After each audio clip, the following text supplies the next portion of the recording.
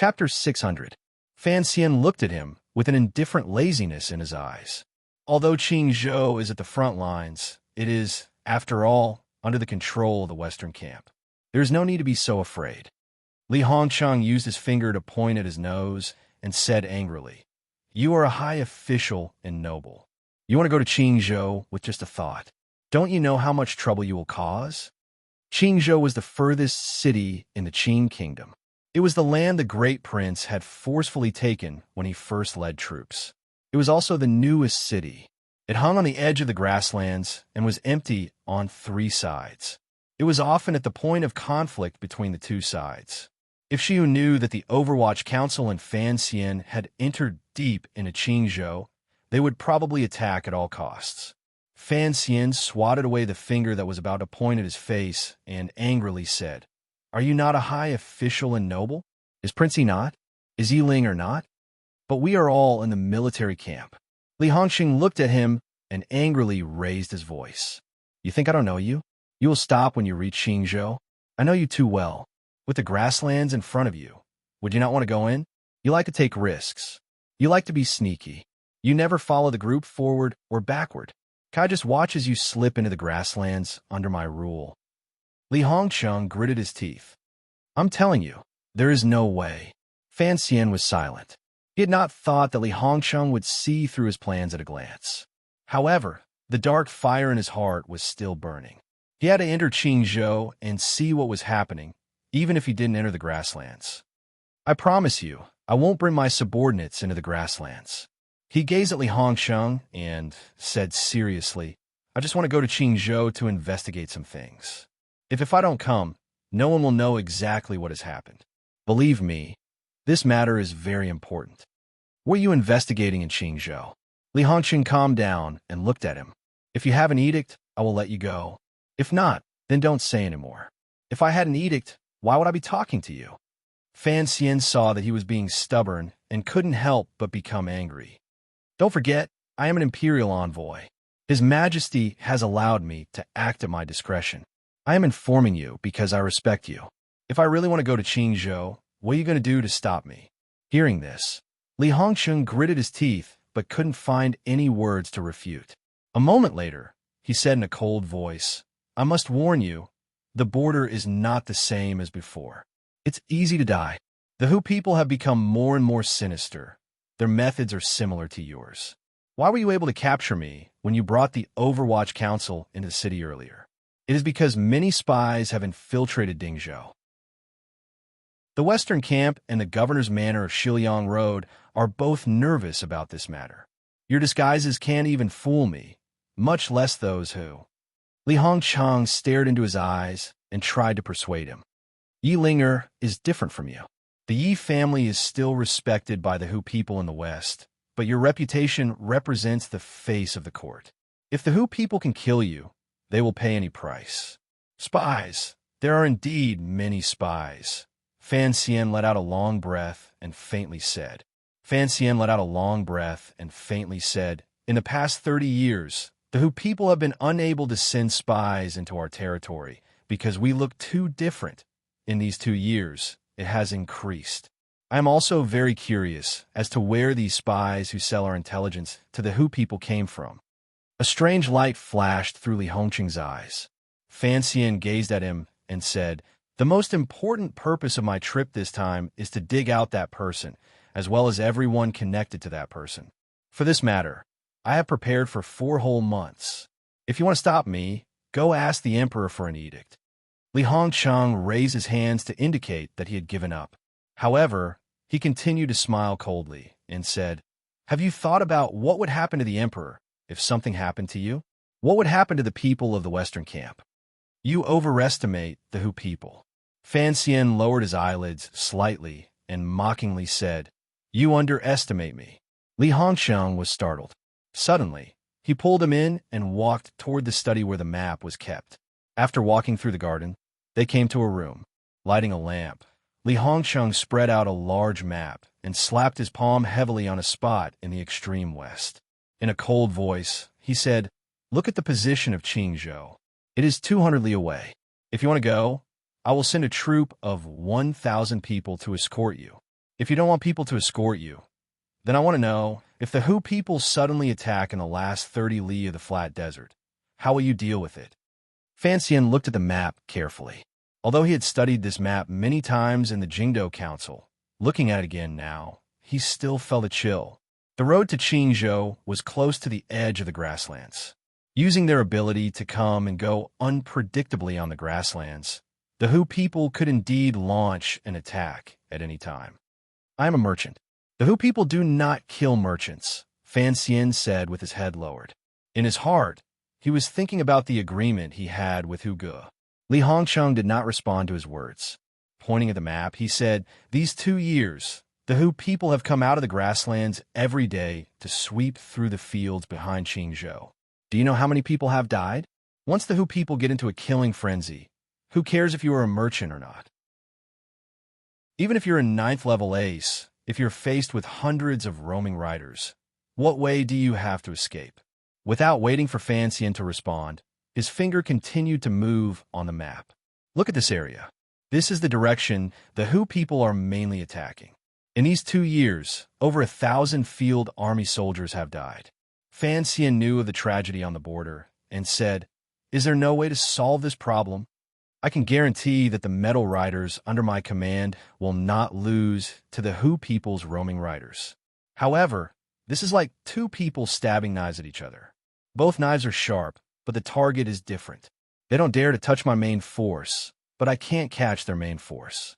Fan Xian said thoughtfully, "The Hu people's camps are moving, but our people are tied to the ground because of the fields.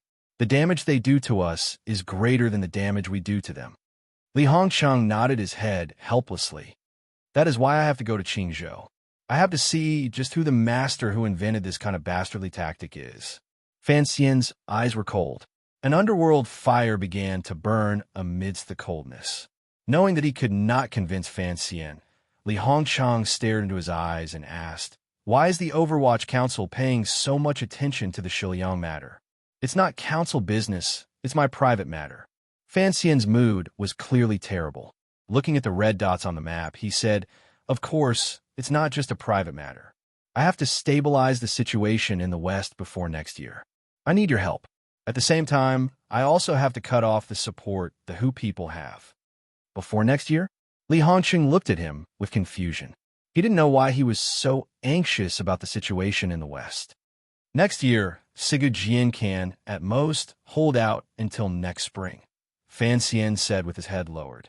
Fan Xian lowered his head and said, "The 4th Bureau put most of its attention on observing Sigu Jian's injury. This great grandmaster is really good at enduring. He actually managed to endure this much longer than expected. Although he has not seen any outsiders in these 2 years, we know that he is still alive, and we also know that he will die next year. What does Sigu Jian's life and death have to do with the West?" Li Hongcheng asked angrily. Fan Xian raised his head and looked at him. "Because if Sigu Jian dies, the Emperor will send me to Dongyi. I will no longer have time to resolve the problems in the West." Li Hongcheng laughed coldly and said, "Do you think you can resolve everything in the world by yourself? I acknowledge your ability, but I hope you don't think too highly of yourself." Fan Xian knew that the other party's words did not have any ill intentions. He spread out his hands and said, "After Sigu Jian, Dongyi will always lean to one side, regardless of whether it is the Qing Kingdom or Northern Qi. The biggest problem is, how do we smoothly transition Dongyi into our hands? Or if the 2 sides fight, Dongyi can still maintain a neutral position. That's impossible." Fan Xian smiled self-mockingly and shook his head. "Once Sigu Jian dies, the conflict between the master of the city and the sword hut will explode. What right does Dongyi have to be neutral? But you still haven't explained what this has to do with you rushing to Shiliang." Fan Xian glanced at Li Hongcheng helplessly. After a moment of silence, he said in a low voice, "The reason is simple. I have to prove to the world that I can resolve the problems of Shiliang and Dongyi." "And then?" Li Hongcheng looked at him suspiciously. "Then, I want to prove to the Emperor that I'm saying if we truly want to unify the world, we don't necessarily have to fight. Even if we have to fight, it doesn't have to be a martial battle. A civil attack is also possible. Even if we have to fight, if we can, we will. Fan Xian's voice grew quieter and quieter. It was so quiet that even he didn't believe these words. Li Hongcheng was also dumbfounded. He sat silently to the side, wondering if he had heard incorrectly. Li Hongcheng suddenly stood up and quickly paced back and forth in the study. It was as if he was digesting the news he had just heard. A moment later, he stood by Fan Xian's side and laughed uncontrollably. His laughter was filled with absurdity. "Are you an idiot?" Li Hongcheng let loose a torrent of abuse at him. "How can you think of such a childish idea? Do you think you're an immortal who can resolve the Hu people without using a single soldier? Without using a single soldier, you can resolve Dongyi and Northern Qi?" Li Hongqing's entire body shook with anger. Pointing at Fan Xian's face, his fingertips shook wildly. "I thought you had some great idea going to Qingzhou, but it's such a childish and chaotic battle. What exactly do you want to do? Have you really been flattered by the Imperial College students to the point of forgetting your own name? Do you really want to be a saint?" Li Hongcheng abruptly grabbed Fan Xian's clothes and gritted his teeth. "Are you crazy? No one in the world will obediently do as you say just because of what you think." The two of their faces were very close. Li Hongcheng looked at the darkness in Fan Xian's eyes and roared in a low voice. "Prove to the Emperor? What exactly are you thinking about?" Fan Xian lowered his head and said in a low voice, "What am I thinking about? If I said I hope for the world to be peaceful and without war, would you think this idea was absurd?" Li Hongcheng let go of his hands. Fan Xian sat back down in the chair. He looked at Fan Xian and shook his head for a moment. He was so shocked he couldn't speak. As a man of the Qing kingdom, how could he hate war so much? Fortunately, he knew how many times Fan Xian had experienced life and death situations in his life. He was not a person who craved life and feared death. "This idea is not absurd," Li Hongcheng said each word clearly. "Rather, it cannot even be considered an idea." Fan Xian raised his head and said fiercely, "Why not? If I can use my own power to unify the world, why would the Emperor need to go to war and let tens of thousands, hundreds of thousands, millions, or even tens of millions of common people die for this glorious goal? For the sake of so many lives, why can't I think like this?" Fine. Li Hongcheng nodded his head repeatedly. "You can think like this, but you will never be able to do it. Furthermore, I advise you not to let the Emperor know of your thoughts. Otherwise, he will certainly think you are crazy.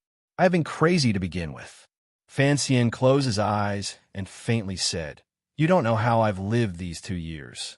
Every day, I think about this problem.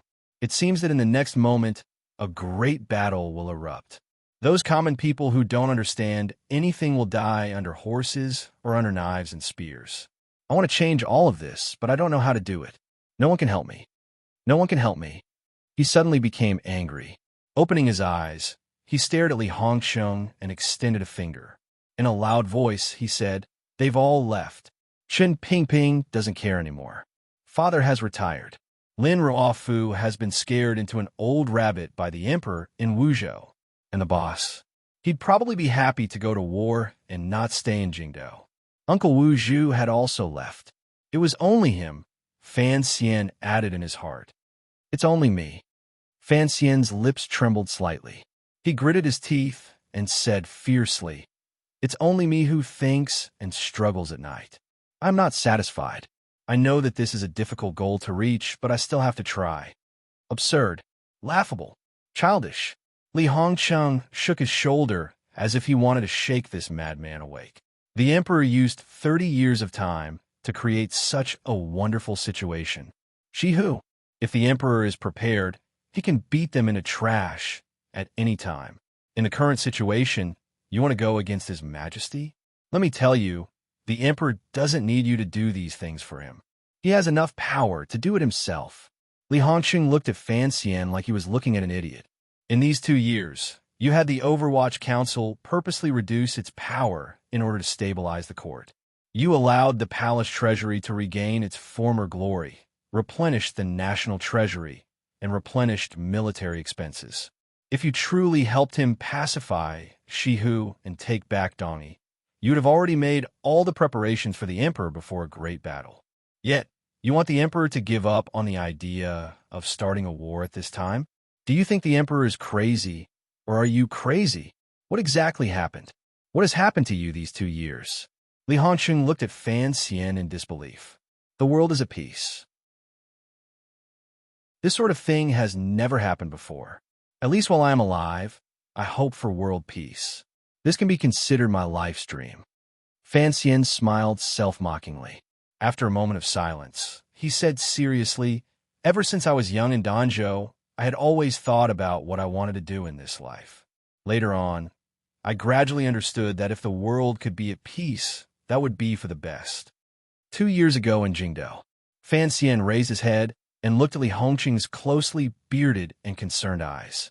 Faintly, he said, I watched the second prince vomit blood and die, the eldest princess stab herself to death, and so many rebel soldiers, imperial soldiers, and subordinates of the Overwatch Council.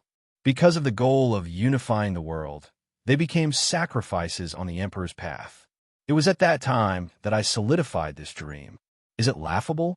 I've also seen dead people. Li Hongqing glared at him. In these 3 years on the grasslands, I've seen more dead people than you, but what can I do? History is always like this. Your dream has always been laughable. Do you know that? A laughable dream is still a dream. Fan Xian crossed his hands in front of his chest and recovered his calm. Quietly, he said, if a person doesn't have a dream, then what difference is there between them and a salted fish? In the entire Qin kingdom, no one will support your so-called dream. Li Hongqing gradually calmed down. He shook his head and said with pity, including Director Chun and Minister Fan, no one will support your thoughts. I understand, Fan Xian said. I have always been different from most people in the world. I just want to use facts to convince the emperor. The emperor will never be convinced by others. Li Hongqing emphasized his tone. Who knows what hasn't happened? Fan Xian stood up. Don't forget, I am now the father of 2 children. You will have to get married and have children in these 2 years. We have to leave something for our descendants. At least, I hope it won't be a chaotic world filled with endless war and corpses. You don't think the emperor will unify the world? Li Hongqing asked after a long silence after hearing Fan Xian's words. It is easy to conquer the world, but difficult to rule it. Fan Xian tidied up his messy clothes and slowly said, back then, the northern expedition broke up the Wei kingdom and allowed the Zhan family to inherit the throne. The people of Jiangnan, Jiangbei, Shandong, and Yinjing easily submitted, but the people of the Wei kingdom will not so easily lower their heads. Even if the Iron Riders of the Qin kingdom break into Shangjing, it will take decades for the people to acknowledge the rule of the Li royal family. Accurately speaking, it will take decades of suppression and slaughter. Fan Xian walked toward the outside of the room. I don't want Xiaohua and Liangzi to not see the beautiful scenery of West Lake and the East Sea, but instead see blood flowing and iron chains crossing the river. Thus, I want to try to change it, at least in a different way. But decades of blood and iron can be exchanged for 10,000 years of peace. Li Hongqing still could not accept Fan Xian's way of thinking. The situation of the world will unite after a long time and separate after a long time. Unifying the world may bring more benefits to the people, but I can't think that far ahead, Fan Xian said. I once said this to Yin Bingyan. I can only think about the moment I am alive and the moment my children are alive. I just don't want to be a salted fish.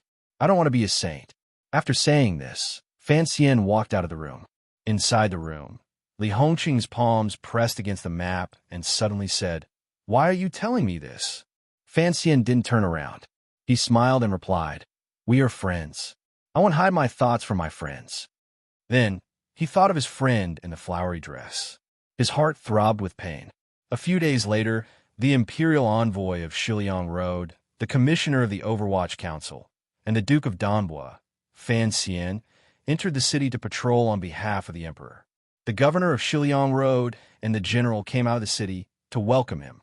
The entire city celebrated for 3 days. At the end of the 3 days, the general's manor investigated the case of the spies in the mutton shop.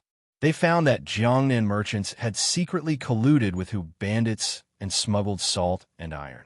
A total of 14 people were executed. After the banquet, the imperial envoy left the city to send him off. On the same day, the imperial envoy, Fan Xian, had already disguised himself as a merchant and boarded a carriage headed toward Qingzhou, beginning his journey to investigate the case. Just as he had said to Li Hongqing that night, he had to calm the situation in Shi Lake and peacefully subdue Dongyi before the world went to war. Only then could he prove his ability to the emperor and the feasibility of his methods. However, this trip to Shi Lake was not only a step for Fan Xian to break away from his salted fish life.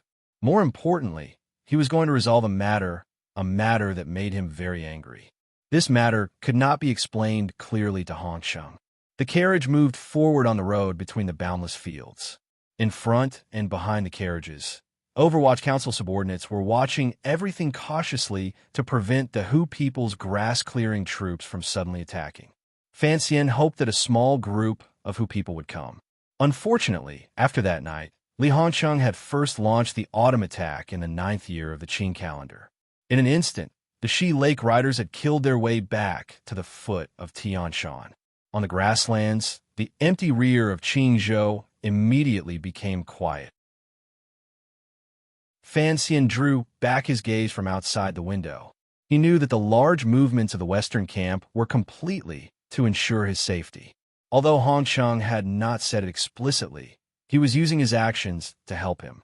His gaze landed on a knife in his hand. The style of this knife was normal, but it was made of very good material. It was definitely not something the Hu people's level of craftsmanship could make. The problem was, this knife was the Hu weapon they had seized from Qingzhou 5 months ago. The officials of the 4th Bureau in Qingzhou had cautiously sent this knife back to Jingdou and presented it in front of Fan Xian's eyes. This knife did not have any markings that could be used to investigate its origins, but Fan Xian recognized it at a glance, because this kind of knife was made by a secret workshop on the side of the North Sea. Fan Xian's eyes were filled with a fire of anger that was difficult to suppress. The Jinqi in his body released, and with a crack, snapped the knife in two. Chapter 6:01. The journey was peaceful. The group of carriages moved forward on the official road. Occasionally, they could find the traces of the Hu people's bloody surprise attacks. Every time this happened, Fan Xian would get out of the carriage and look for a while.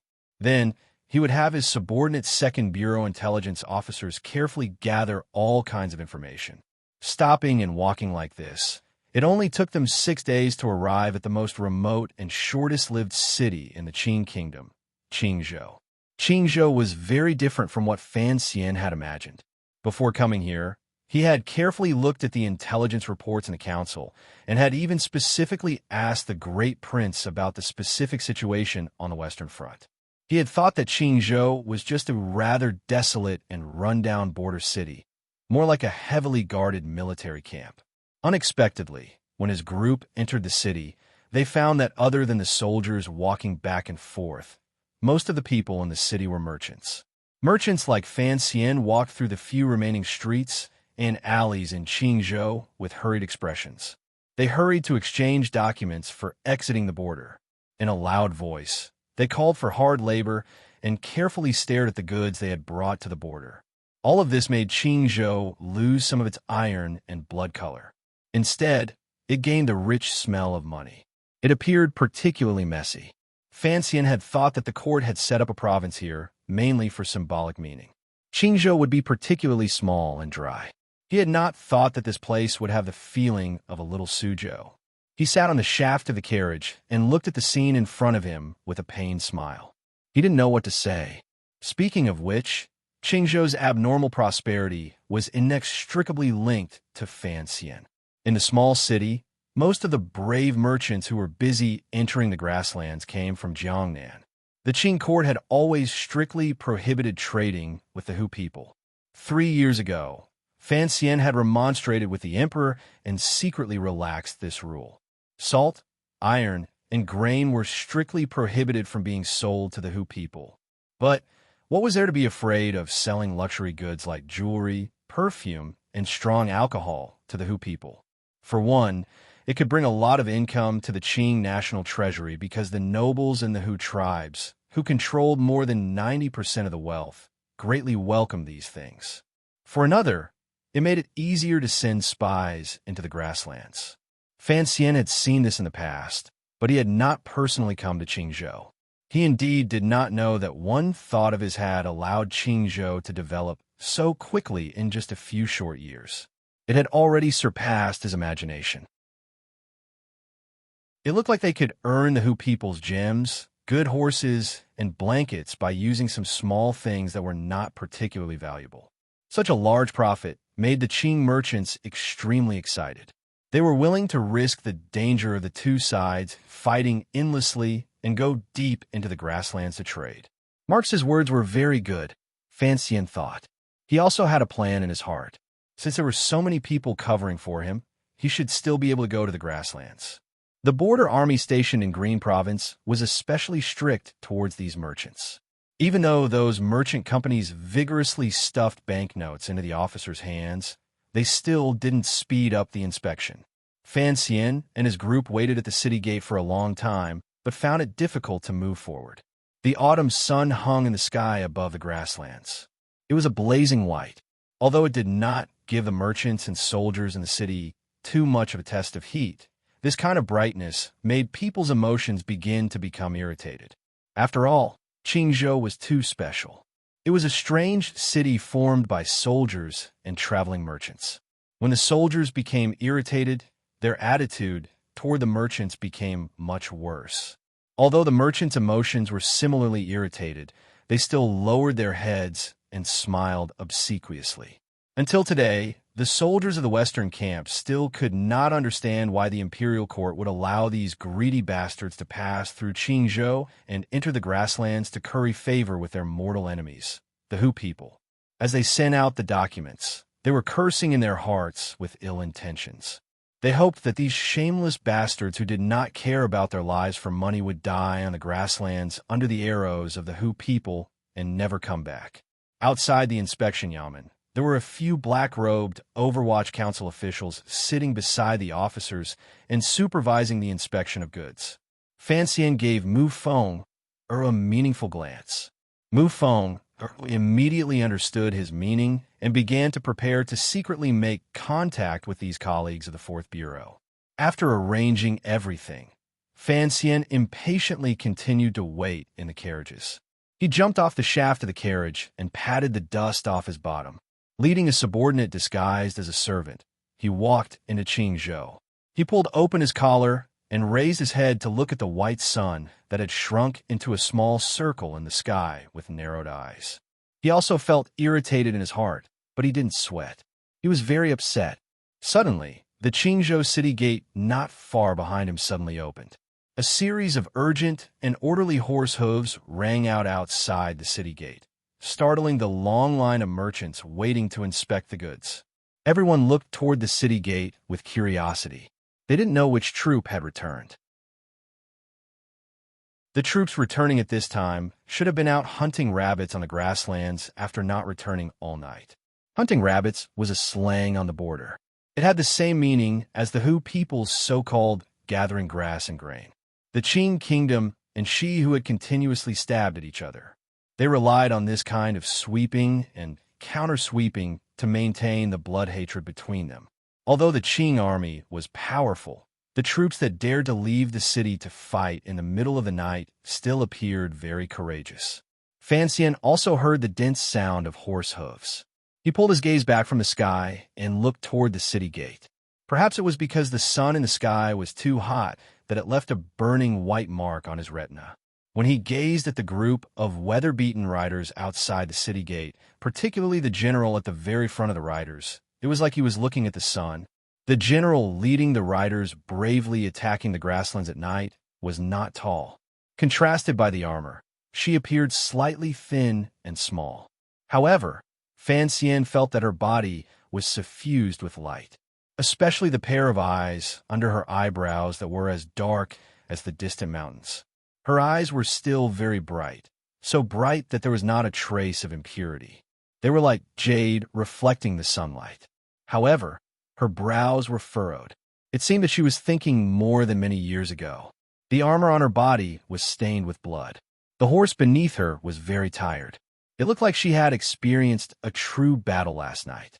As if pierced by that pair of clean eyes, Fancien closed his eyes and lowered his head, hoping that she had not discovered him.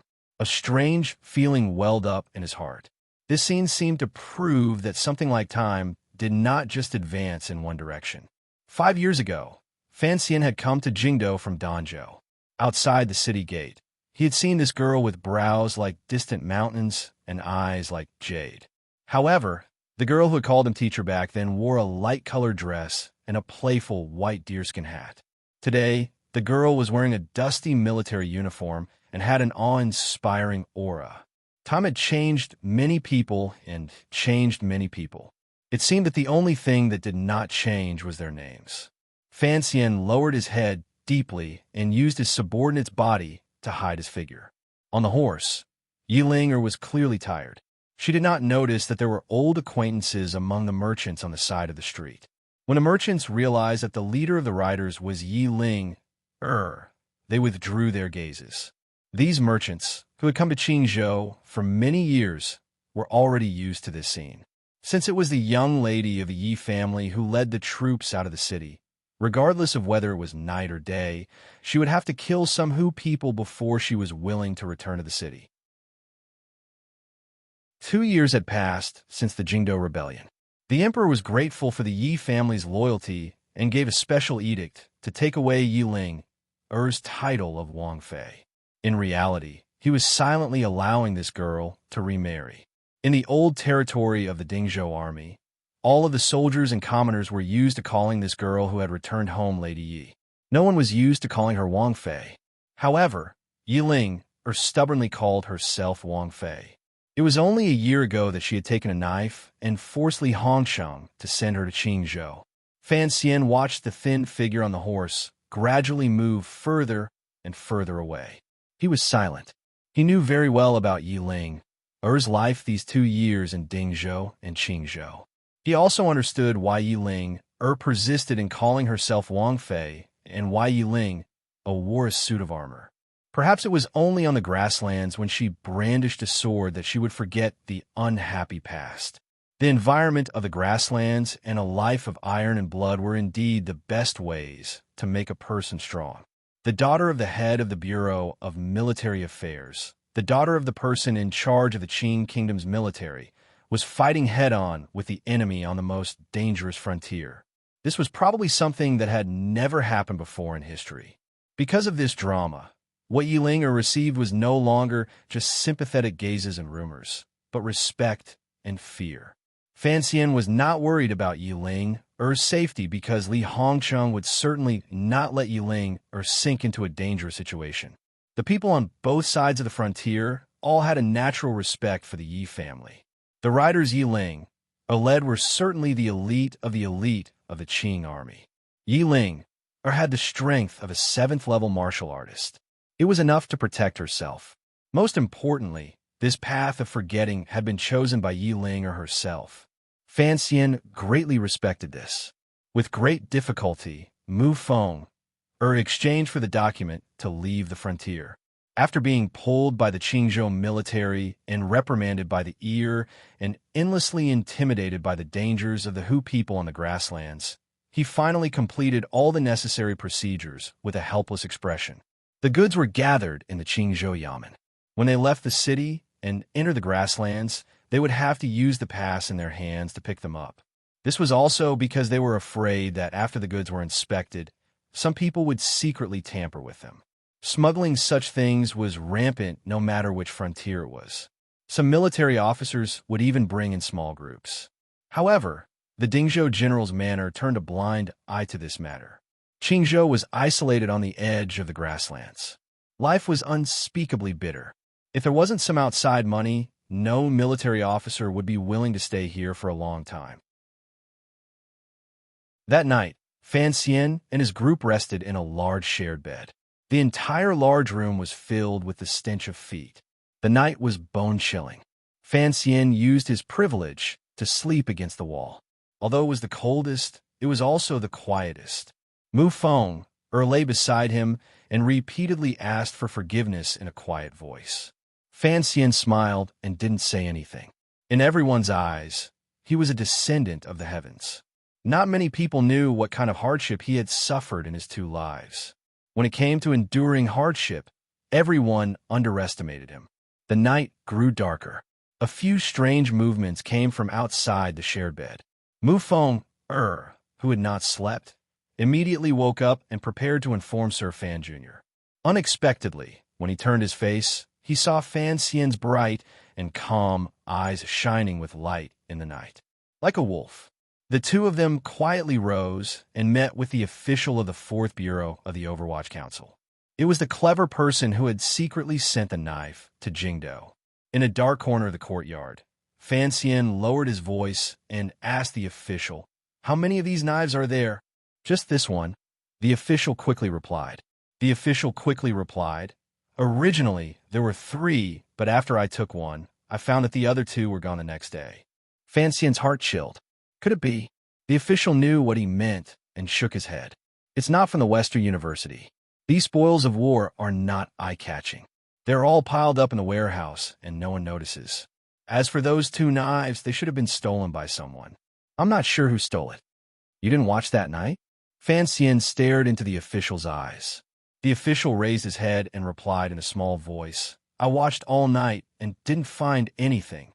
He paused and then said, "If someone could steal a knife in front of me, it must be an ace." For some reason, Fan Xian trusted this subordinate's confident judgment. He smiled and asked, "How high?" "As high as the 9th level." The subordinate replied cutely. After a few words, Fan Xian found that he liked this 4th Bureau official whose name he didn't know very much. He didn't know where this liking came from. He glanced at the official curiously and didn't say anything.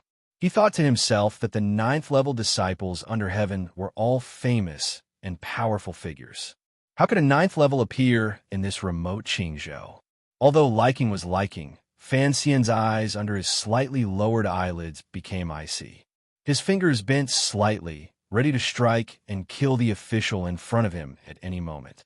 "One last question. Why are you so interested in this knife?" The knife that had been broken in the carriage had a very common style.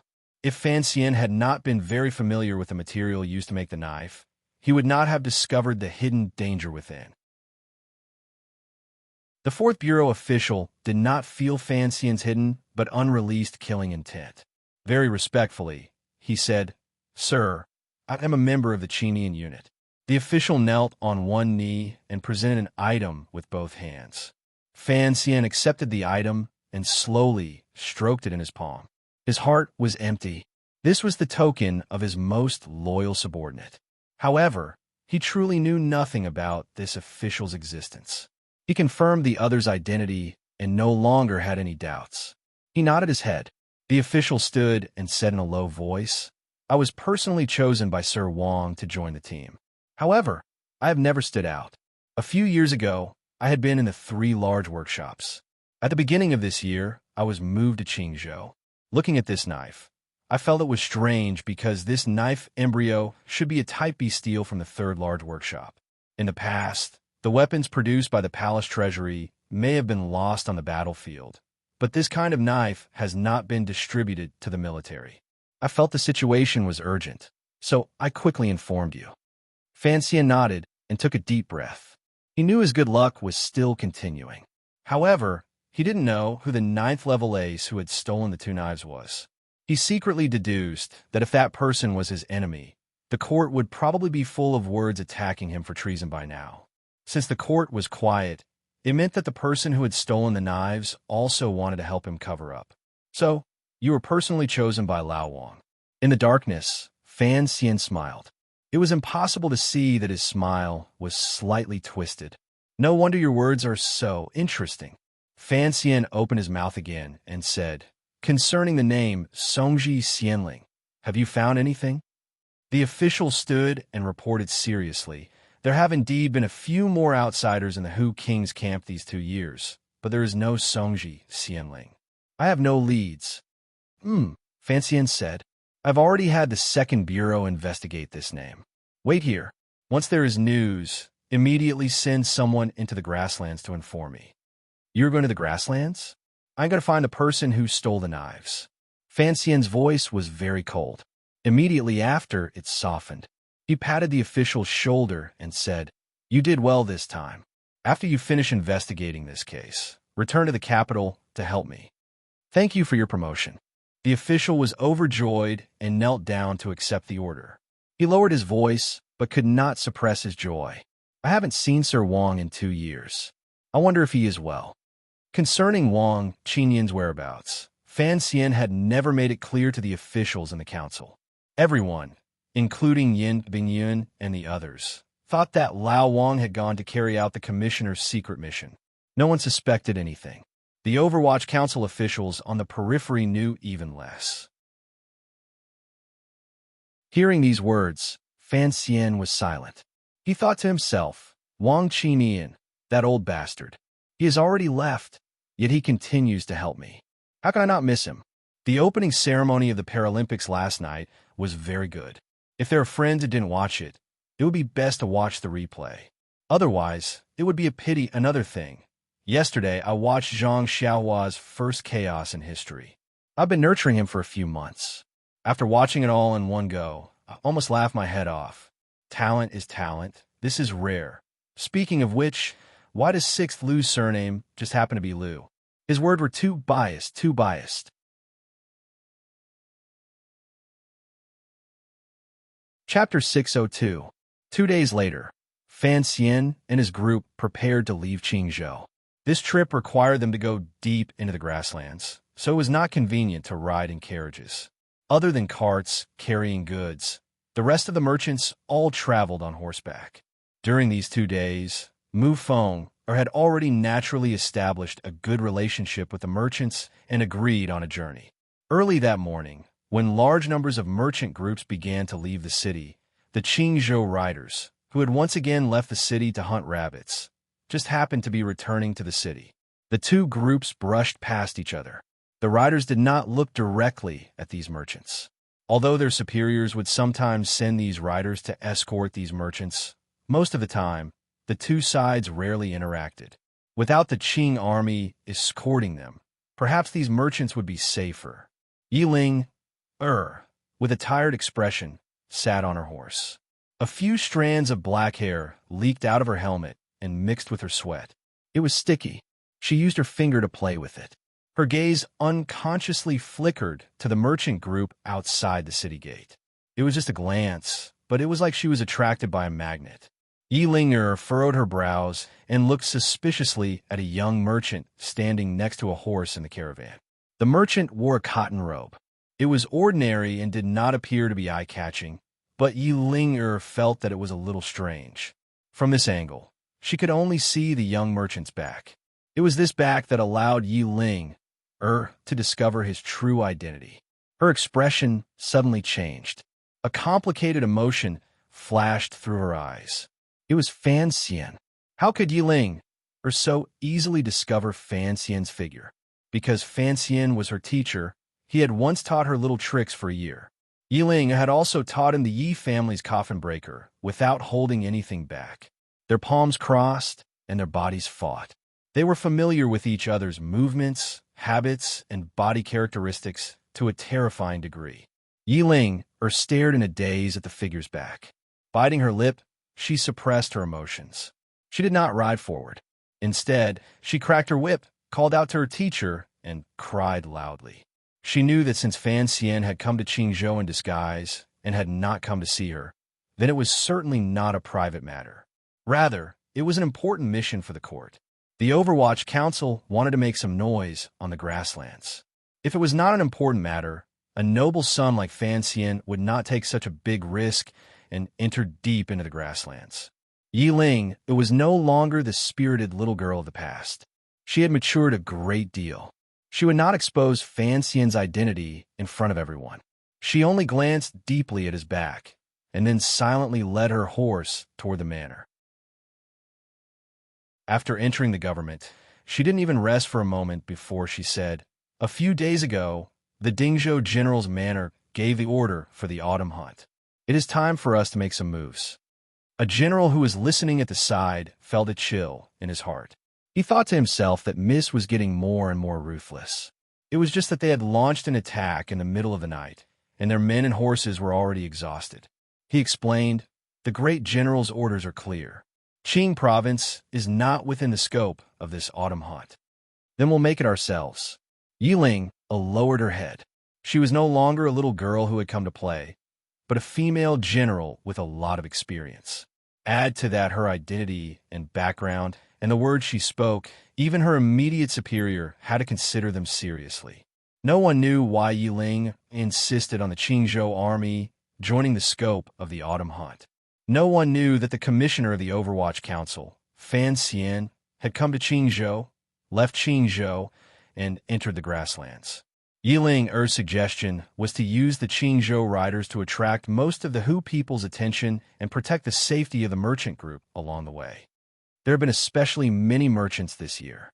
No one knows if the Hu people will suddenly go crazy. The nobles of the Hu tribe are still counting on the merchants to bring in an endless stream of goods. How could they go crazy? The general thought to himself and furrowed his brows. Don't worry about those merchants. If we send out troops, I'm afraid it will make things more inconvenient for them. Yiling didn't say anything. She lowered her head and thought that if the 3 roads into the grasslands were thrown into chaos, it should make it easier for Fan Xian to do things. Although she didn't know why Fan Xian had risked his life to enter the grasslands, she only knew one thing. Her teacher had always been the best at obtaining the greatest benefit from chaos. During these 2 or 3 days, there were suddenly many outsiders in the Dingzhou headquarters behind Qingzhou. Some of these people used the identities of court officials and said they were there to check on the expenditure. Some were merchants from various places. There were also hard laborers who had come to the West to make a fortune while the war was about to end. These people's identities were very messy, so they didn't attract much attention. They were only faintly divided into many small groups. There was a leader in each group. Just as Fan Xian's group left Qingzhou and began to head toward the Grasslands King's tent in search of Songji Xianling, these leaders quietly entered the general's manor. There was an important matter in the general's manor, so all the unrelated people had been chased out of the manor. Looking at the dozen or so people in different clothing below the hall, General Li Hongchang couldn't help but smile bitterly and say, "Fan Xian spending this time is quite large." The people who had entered Dingzhou were all officials and secret agents of the Overwatch Council. At this moment, in the general's manor were the heads of each department. Only one person had the right to sit in the chair below the hall. This person was already middle-aged. His hair had not yet turned white, but his gaze was tired. It looked like these 3 years in a foreign country had been unusually difficult. This person looked at Li Hongcheng and bowed.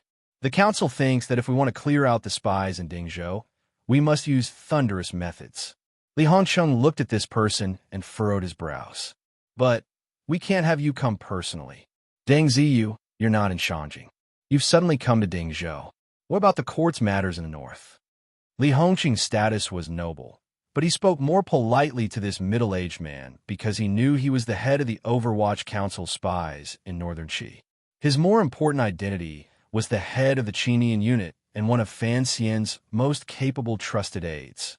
This Overwatch Council official in charge of Dingzhou's elimination of spies was Deng Ziyu, who Fan Xian had sent to northern Qi for more than 2 years.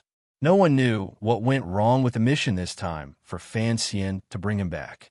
"If I don't come back myself, how can I capture those people?" Deng Ziyu thought to himself, but he didn't say it out loud to the crown prince. This matter not only involved the battle between Shi Hu and the Qing kingdom, but it also involved another powerful power. Fan Xian had moved him south with no intention of having him return to Shanjing. He wanted to use his 3 years of infiltration of the northern Qi brocade guards in Shanjing, as well as his familiarity with northern Qi. "After finishing this matter, I won't return to Shanjing." Deng Ziyu bowed respectfully to Li Hongcheng. Li Hongcheng looked into his eyes and slowly said, "How will the Western camp cooperate?" Deng Ziyu should have been in Dingzhou for 3 days. Fan Xian sat on the horse with his eyes half closed. It seemed that he was not worried at all that the horse would throw him off. He yawned and said, "According to the agreed time, We have to be fast. Otherwise, if they attack in Dingzhou and anger the people on the grasslands, I'm afraid it won't be appropriate. He had been preparing for this matter for 4 months. If the anger in his heart had not accumulated to such a strong degree, perhaps Fan Xian would not have used such crude methods. However, he also knew that the other party had entered the grasslands long before him. Their infiltration of Dingzhou had already been going on for over a year. He was already much slower in terms of time. If he couldn't delay the other party's commander on the grasslands, something might go wrong. Mu Feng glanced at Fan Xian and then at the long line of merchants in front of him. Furrowing his brows, he said, "These people move too slowly. Furthermore, they will stop at each tribe along the way. If we really walk to the king's tent, who knows how long it will take?" According to the original plan, Fan Xian's group of merchants should have separated from the main group of merchants yesterday. There had been a fork in the grasslands yesterday. Hugo should have sent his trusted aide there to receive them. Then, Fan Xian's group would take a shortcut and reach their destination. Unexpectedly, there was no one at the fork in the road to receive them. It was only one of Hu Ji's trusted aides who had found an opening and sneaked into the tent at night to express his apologies and explain the reason. The other 2 roads on the grasslands were being attacked by the Qingzhou army. As the foremost ace under the left virtuous king's banner, Hu Ge just so happened to be there with his subordinates. Naturally, he had been moved to provide support. It was impossible for him to leave the majority of the group to receive the Qing Kingdom's Overwatch Council. Fan Xian didn't know this was Yi Ling-er's intention. He had not thought that his female disciple wanted to share his burden and instead brought him even more trouble. Since that person still hasn't shown himself, even if we get to the king's tent, we won't see him. Mu Feng looked at Fan Xian and reminded him, the other party won't make such a mistake. He knows it is a merchant group from the Qing Kingdom. He won't show himself in front of us. The horses slowly moved forward. Their hooves stepped on the autumn grass. Dingzhou is ready. Mu Feng reminded again. Mu Feng reminded again. In his opinion, even if there were so-called aces in the Hu King's tent, as long as they caught all the spies in Dingzhou, the other party would not be able to raise too many waves. Why take the risk? Fan Xian's thumb gently moved on the reins. A moment later, he said, I have to know who that person is. This is a very important point. If the other party is who I think they are, then I have to change my tactics. Just catching everyone in Dingzhou in one fell swoop will not have a fundamental effect. He had never heard of the name Songji Xianling, nor did he know what this name meant in the Hu language. But almost subconsciously, he thought that the person with this name was a woman. This was an unreasonable inference. It was somewhat mysterious and did not make sense. Fan Xian believed more and more in his deduction and became more and more angry. In the distance, there were a few white birds flying quickly on the knee-high grasslands. Fan Xian raised his eyes and looked. He could faintly see that behind the grasslands in the distance was a vast desert. What was further away from the desert? To the east of the desert is the North Sea. Mu Feng looked at his slightly furrowed brows and knew what he was thinking. In a quiet voice, he said, Beyond the vast North Sea is northern Qi. I've been to the North Sea. Fan Xian looked in that direction as if he wanted to see the reeds in the North Sea. Faintly, he said, This desert stretches for thousands of li. It is said that no one can pass through it alive. Although the North Sea is beautiful, it is boundless. If one wishes to cross it, it is extremely difficult. I've been thinking about this problem. How exactly should one go from northern Qi to Shihu?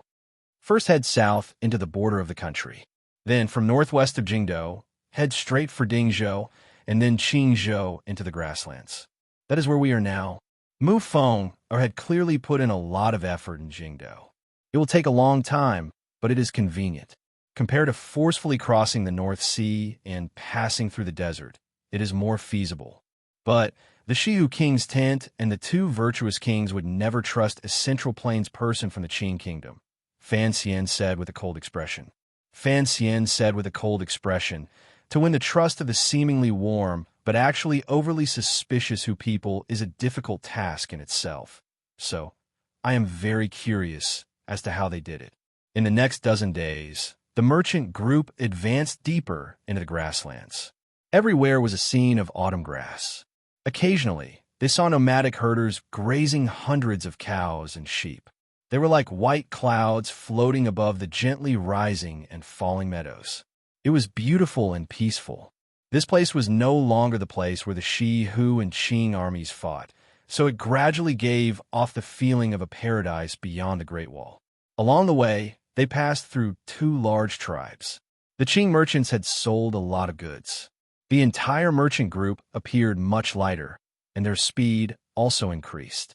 However, there were still no merchants who finished selling their goods and retraced their steps back. The most valuable goods were the lighter.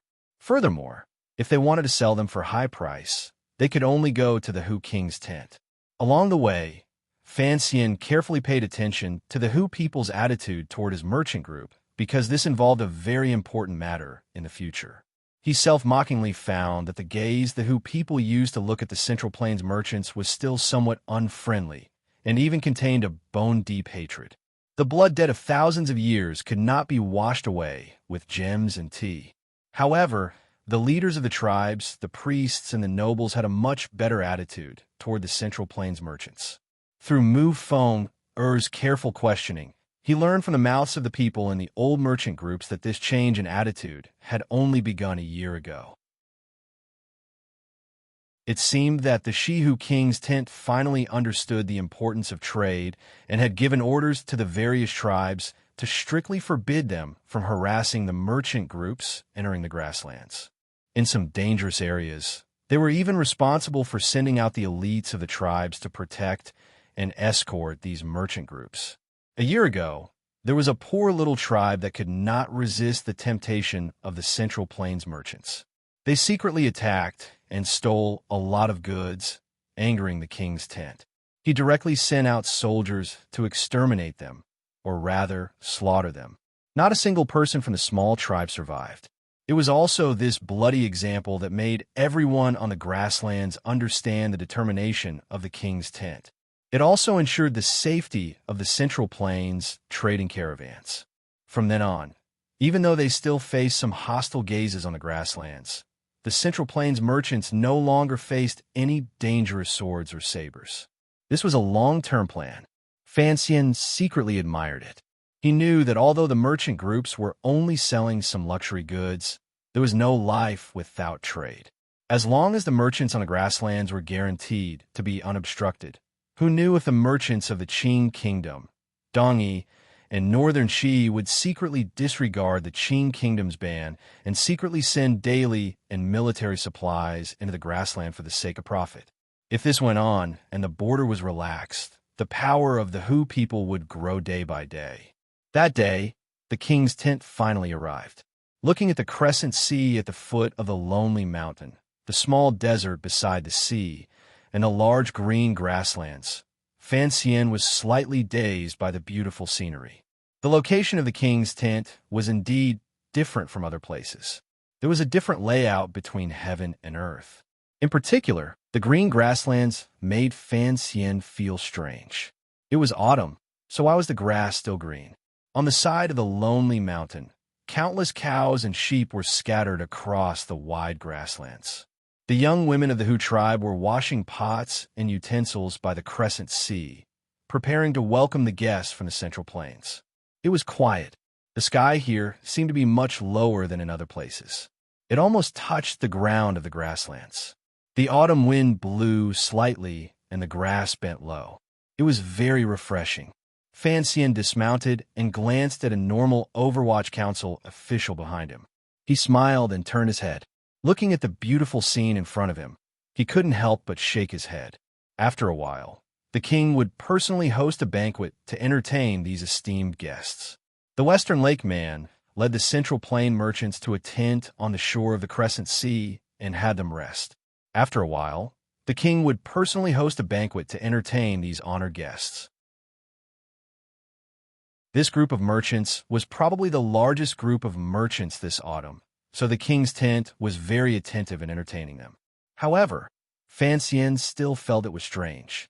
The Western people's attitude seemed to be overly good. Did that Songji Xianling really have such a deep influence on the king's tent? After eating some food, Fan Xian rubbed his stomach and walked out of the tent. Walking to the meadow by the crescent sea, he narrowed his eyes and looked at the surrounding scenery. His current identity was that of a merchant. Other than not being able to spy on the king's tent, the Western did not forbid these Central Plains merchants from wandering around. No one on the grasslands knew him, so there was no need to worry about his safety. His mood also lightened. The sky is vast. The wilderness is boundless. He only had time to say these words before he was interrupted by a cry of praise from beside him. Fan Xian turned his head and saw a young man walking quickly to his side and hurriedly calling out good.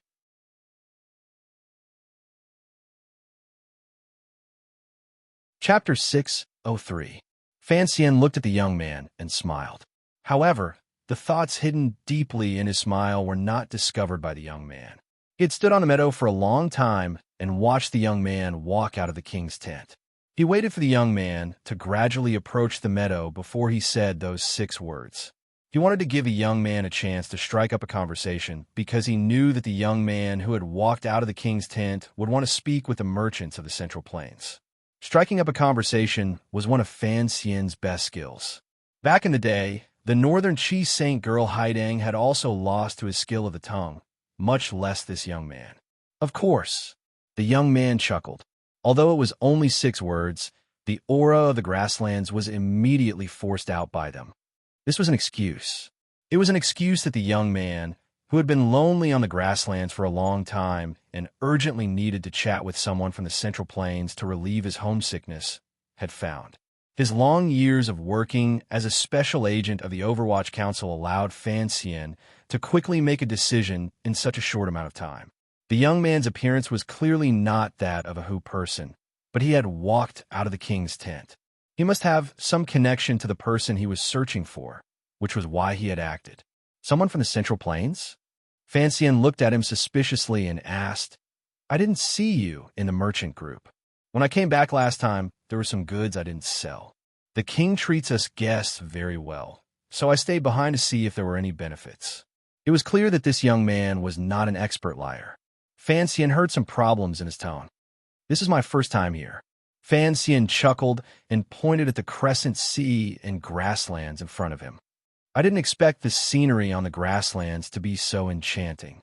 If you look at it for a long time, you'll get tired of it," the young man said with a pained smile. "Oh, I just got here today and haven't gotten tired of it yet." "How long have you been here?" Fan Xian asked curiously. "Everyone says that the Hu people are barbaric.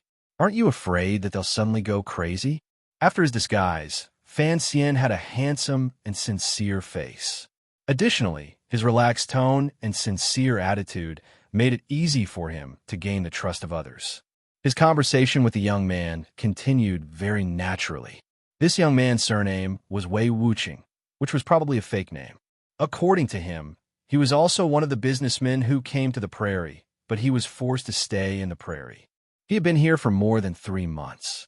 However, Fan Xian already had a plan in his heart. He would not believe these excuses.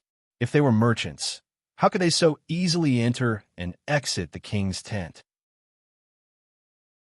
To deal with the homesick young man with sincerity, he easily got some information out of him by using the treachery in his sincerity. The young man's attire and the worn leather boots revealed that he had spent a long time on the steppe. Through these conversations, Fan Xian obtained a lot of useful information. For example, there should be more than one young person from the Central Plain who had stayed in the Crescent Sea King's tent. There were at least 10 people who had stayed for a long time. There were also some slight changes in the king's tent these 2 years. In the end, this is the territory of the Hu. After clearing out the goods, Brother Wei, you should return to the Central Plains. Fan Xian sincerely invited.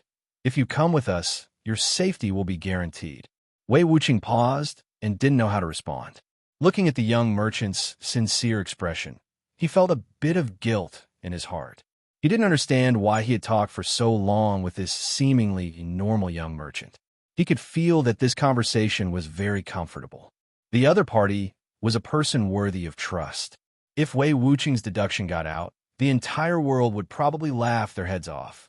Was the Qing Kingdom's Fan Xian someone who could be trusted? All right, I'll go ask the elders in the tribe. Wei Wuqing replied with a forced smile. Fan Xian was not stupid enough to directly point this out. He rose from the meadow and patted his bottom. Brother Wei, see you tonight.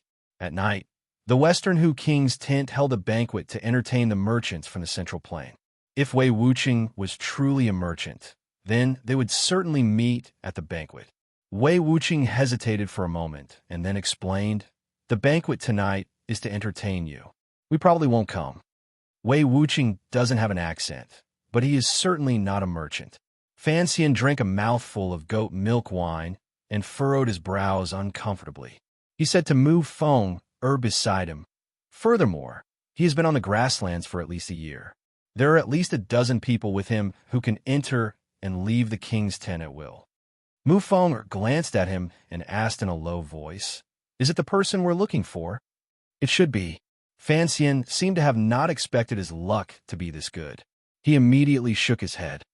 Wei Wuqing is not a professional spy. Otherwise, he wouldn't have made such a big mistake.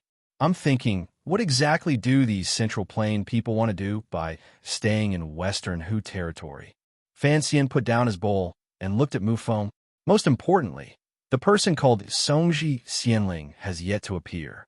Regardless of how Wei Wuqing and his group can help Western Hu, the reason the Western Hu king trusts them so much must be because of Songji Xianling. As you wish, I went to ask around, but I didn't directly say the name in fear of drawing attention, Mu Feng reported. However, during these 2 years, the chief of Western Hu has not taken a concubine.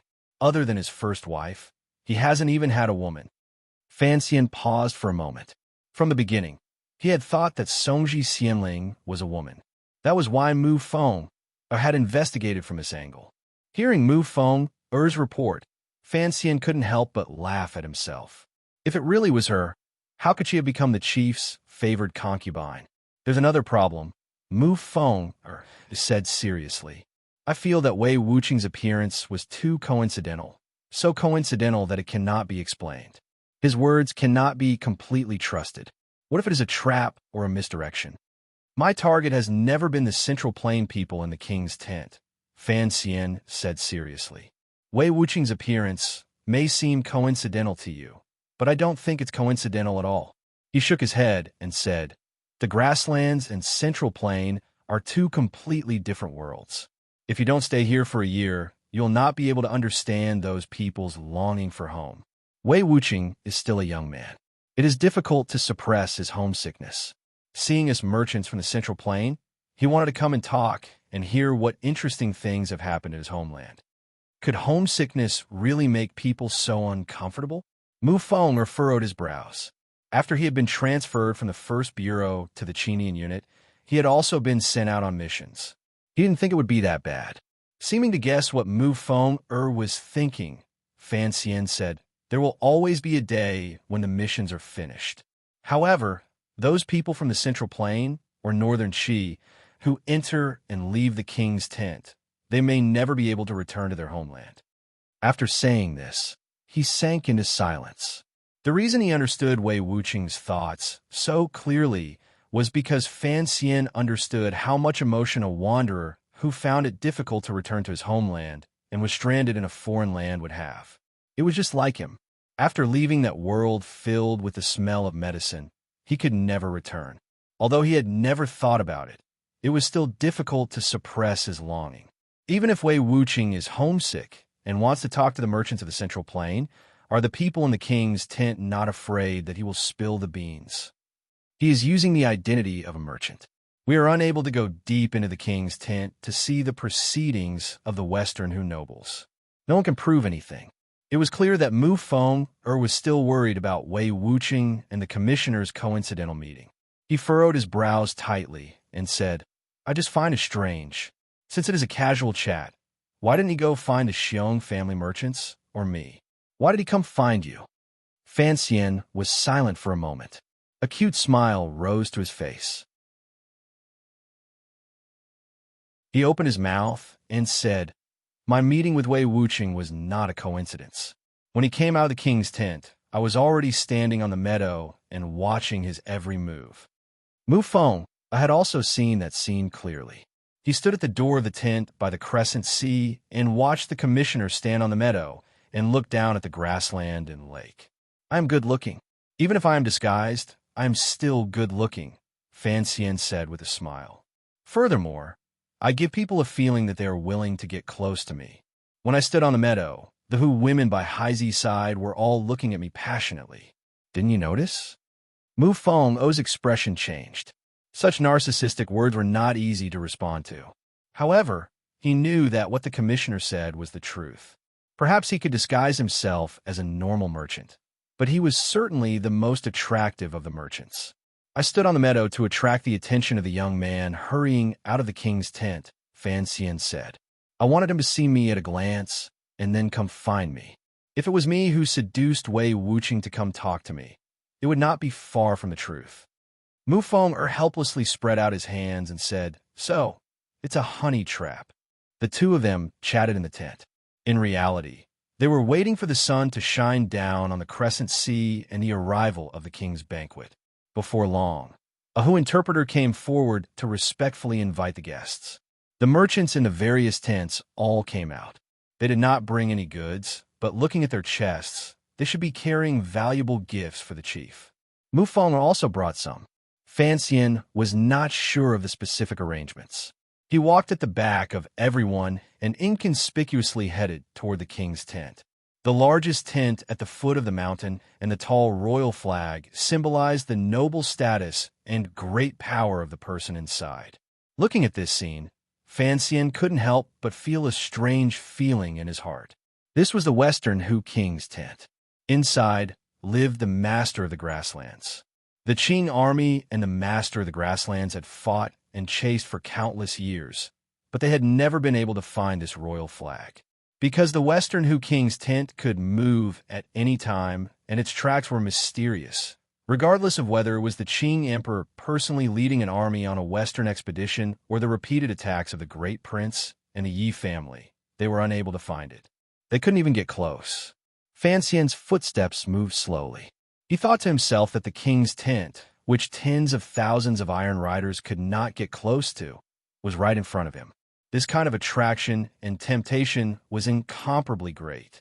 However, he immediately calmed down. The Western Hu King's tent dared to make such a declaration in front of the world. It proved the other party's intentions and the changes the Central Plain people in the king's tent had brought. Only after entering the king's tent did he find that the tent was no longer like a tent. Rather, it was more like a palace with a unique style. The lofty roof was painted with strange patterns. A strange light appeared in the clouds and flowed with strange colors. It immediately gave Fan Xian a strange sense of familiarity. It was like he had seen it somewhere before. His status was the second manager of the leading merchant in Shazhou. Compared to the other major merchants, his status was much lower. He only followed Mu Feng and sat closest to the door. The master of the grasslands, the ruler of the Western Hu, sat in the main seat in the deepest part. It was dark inside the tent. It was impossible to see the chief's face clearly. Fan Xian narrowed his eyes and tried his best not to draw attention as he stared in that direction. He could only vaguely make out that it was a middle-aged man in his 30s. Fan Xian found that his calmness was indeed necessary because there were 6 or 7 Hu aces by the Western Hu ruler's side looking down coldly. They were true aces. 3 or 4 of them were even more powerful than Hu Ge. Fan Xian lowered his head and quietly estimated that even if he performed to the best of his abilities, he could at most deal with 4 people. Furthermore, the king of the grasslands, whose face was hidden in the darkness, sat steadily and with the power of a wolf and tiger. It was impossible to tell how powerful he was. To want to capture the Tiger King in the tiger's den was not bravery. It was stupidity. Furthermore, Fan Xian did not have the awareness of being a suicide squad of the Qing army's Iron Riders. Thus, he lowered his head and nibbled on the leg of lamb. He was silent and listened. It was a pity that there was not much information to remember at the banquet. The mutton was not bad, and the Hu tribe's servant girls who poured the wine were filled with a healthy beauty. However, the praises of the merchants and the passionate toasts of the great lords on the left and right were truly annoying to listen to.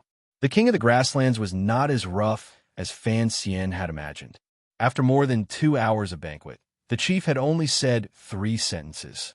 It was these 3 sentences that made Fan Xian feel a glimmer of coldness. Although his tone was polite, there was a sense of intimidation seeping through it. In the detailed intelligence reports of the Overwatch Council, there were not many records of the chief. For one, the king's tent had always been secretive. For another, due to the continuous attacks of the powerful Qin kingdom and the successive defeats of the Western Hu, the chief's control and influence of the court was far from what it used to be. The reputation of the left and right virtuous kings had gradually grown. When the father of the current chief died, there were even rumors of choosing one of the 2 virtuous kings to succeed him. Although the chief had inherited the court with great difficulty, the entire grasslands faintly regarded the 2 virtuous kings as the most powerful. The Qin kingdom's intelligence work had long turned toward the 2 virtuous kings' tents. They had somewhat overlooked the chief. No one would have thought that the young chief in his early 30s would be able to control the situation on the grasslands so well and begin to greatly weaken the power of the left and right virtuous kings.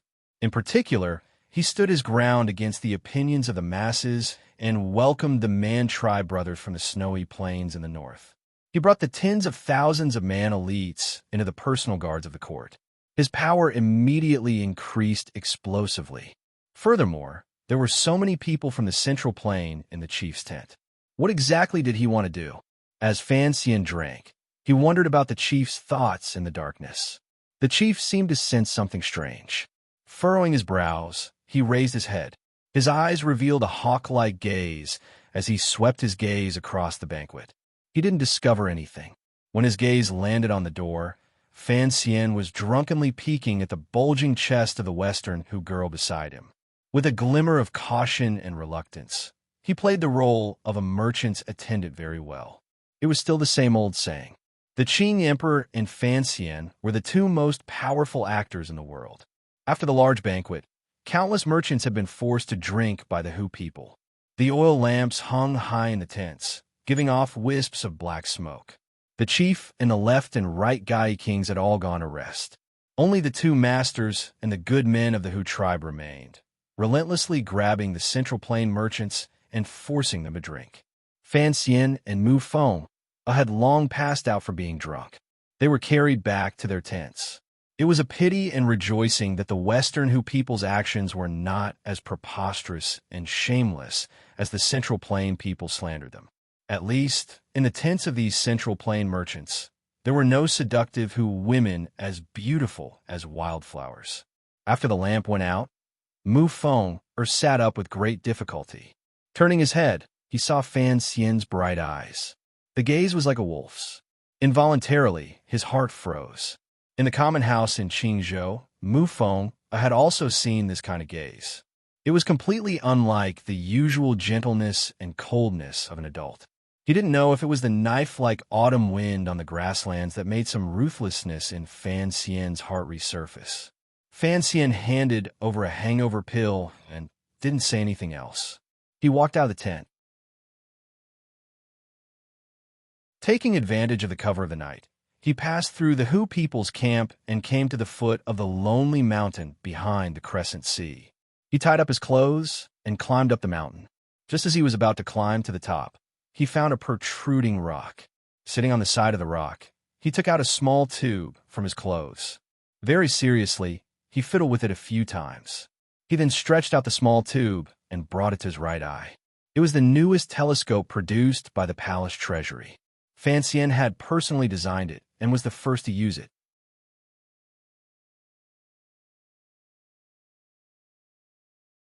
Chapter 604. I'm sick. The stomach ache is hard to stop. My body is weak and very uncomfortable. That's all for today. If I can't hold on tomorrow, I will ask everyone for leave. In the black night sky, the multitude of stars was so beautiful it made one's heart palpitate. The faint silver light shone on the crescent sea below the mountain and reflected countless blinking eyes. The grass by the lakeside was soft, and the wind was light. It seemed to be talking quietly to people in their dreams. Countless tents spread out from all around the crescent sea toward the depths of the grasslands. Faintly, the lights of the lanterns reflected the stars in the sky. Most of the herdsmen's tents were dark and quiet, bathing in the starlight. Fan Xian's hand, holding the cylinder, froze slightly. He watched motionlessly at the movement near the king's tent by the crescent sea. It was not until a long time later that he put down the cylinder. Lowering his head and pulling in his knees, he sank deep into thought. The chief of Western who walked into the small tent and did not come out for a long time. There should be aces of the Hu tribe guarding in the darkness all around. However, the entire defense system was much looser than usual. Probably the chief did not want the aces of the court to be too close to the tent. Who lived in that small tent? Fan Xian pressed his dry lips together. His mood was slightly gloomy. Perhaps this discovery was a bit strange, even stranger than Wei Wuqing's coincidental encounter, but Fan Xian did not suspect anything. The Hu people would never imagine that someone could watch everything on the shore of the crescent sea from a high and distant mountain. This was not something humans could do. Science and technology were the first productive forces. Fan Xian's fingers gently rubbed the cylinder telescope, and he licked his lips. He did not leave. Instead, he waited quietly until the chief walked out of the tent. The 30-year-old chief of Western who wore a thin cloak. He did not have his knife by his side. After he walked out of the tent, he turned his head and bowed slightly. Looking at his expression, it seemed he did not want to leave. A cold and mocking smile appeared at the corner of Fan Xian's lips. After a few days, the large merchant companies in the Central Plain began to haggle with the high officials and nobles of the Western who cored about the goods they were bringing. In order to wait for the people rushing over from the two virtuous kings' tents, the time was delayed by 2 more days. The reason why the royal court was showing goodwill to these merchants was naturally to solve the problem of importing resources in the future. However, the autumn sale this time was also a luxury goods trade fair with a large amount of money. The nobles of Xi who had the richest resources on the grasslands. No one knew how much gold and gemstones they had.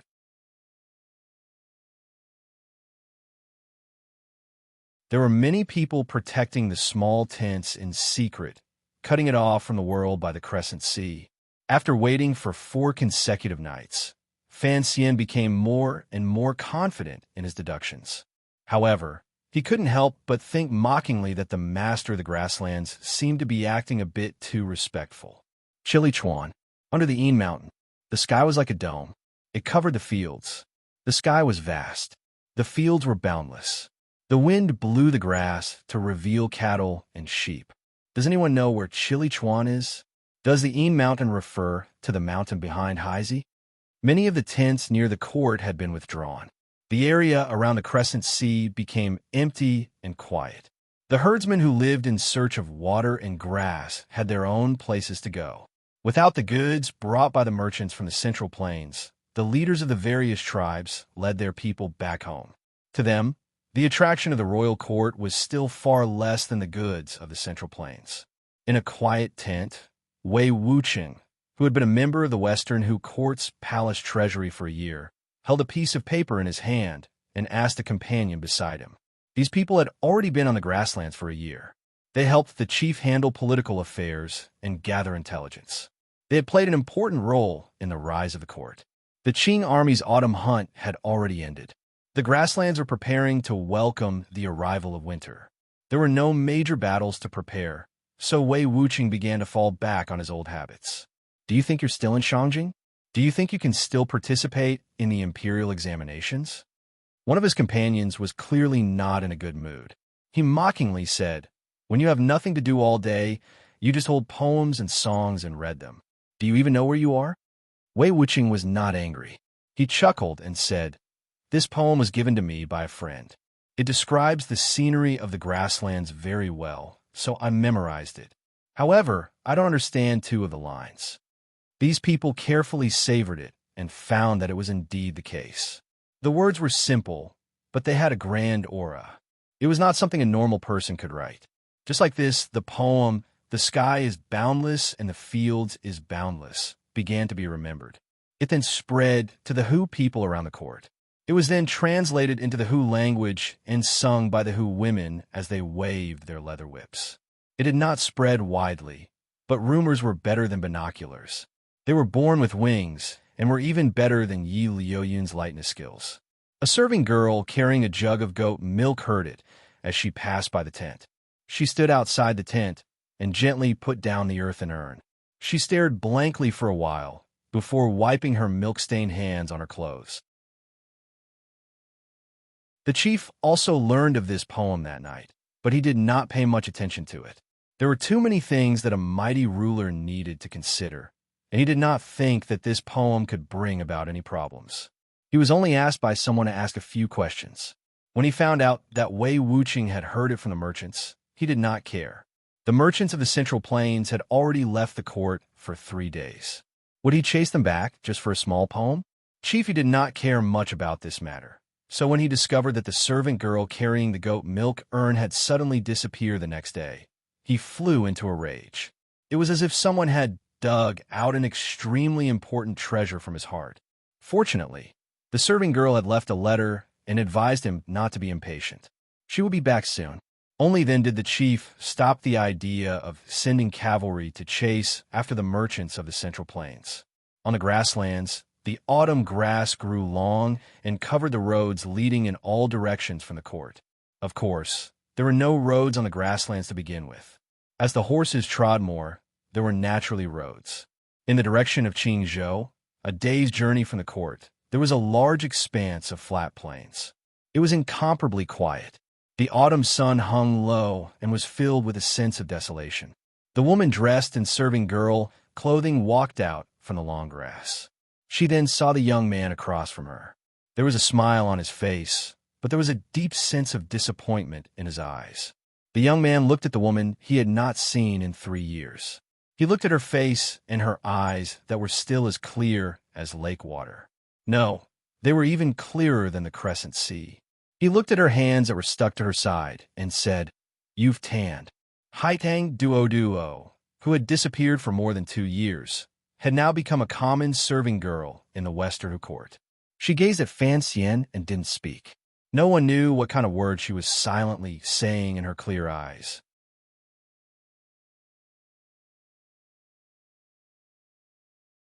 Chapter 605. That year in Hangzhou and Jiangnan, Yi Luyun had toppled a building with one strike of his sword. Not long after, Haidang had received the Northern Qi Empress Dowager's edict and floated back to the north. After that, Fan Xian and the two of them had never seen each other again. They only occasionally exchanged letters. However, the shocking change in the autumn of the 7th year of the Qing calendar severed the correspondence between the two of them. The Northern Qi Saint Girl, Master Ku He's true last disciple, and the present leader of Tianyi Dao had mysteriously disappeared from everyone's sight. Even the Northern Qi people didn't seem to know where she had gone. Fan Xian had had the 4th Bureau of the Overwatch Council and Baiwa Brothel search all over the world for news of her, but they still came up empty-handed. She had disappeared so decisively and completely that it gave people the feeling that Haidang Duo had never existed in this world. Fan Xian knew that this woman had once existed and would certainly exist somewhere in the world. She was watching him and doing something because he had once held her hand and touched her heart. However, he had not thought that the missing Haidang Duo would appear on the grasslands to the west of the Qing kingdom. Furthermore, she had stayed on the grasslands for 2 years and changed her name to Songji Xianling. "Do you not have anything to explain to me?" Fan Xian looked into her eyes. His heart throbbed slightly. Slowly, he said, "For example, why you are here, the matter of the knife, and everything related to Su Bida."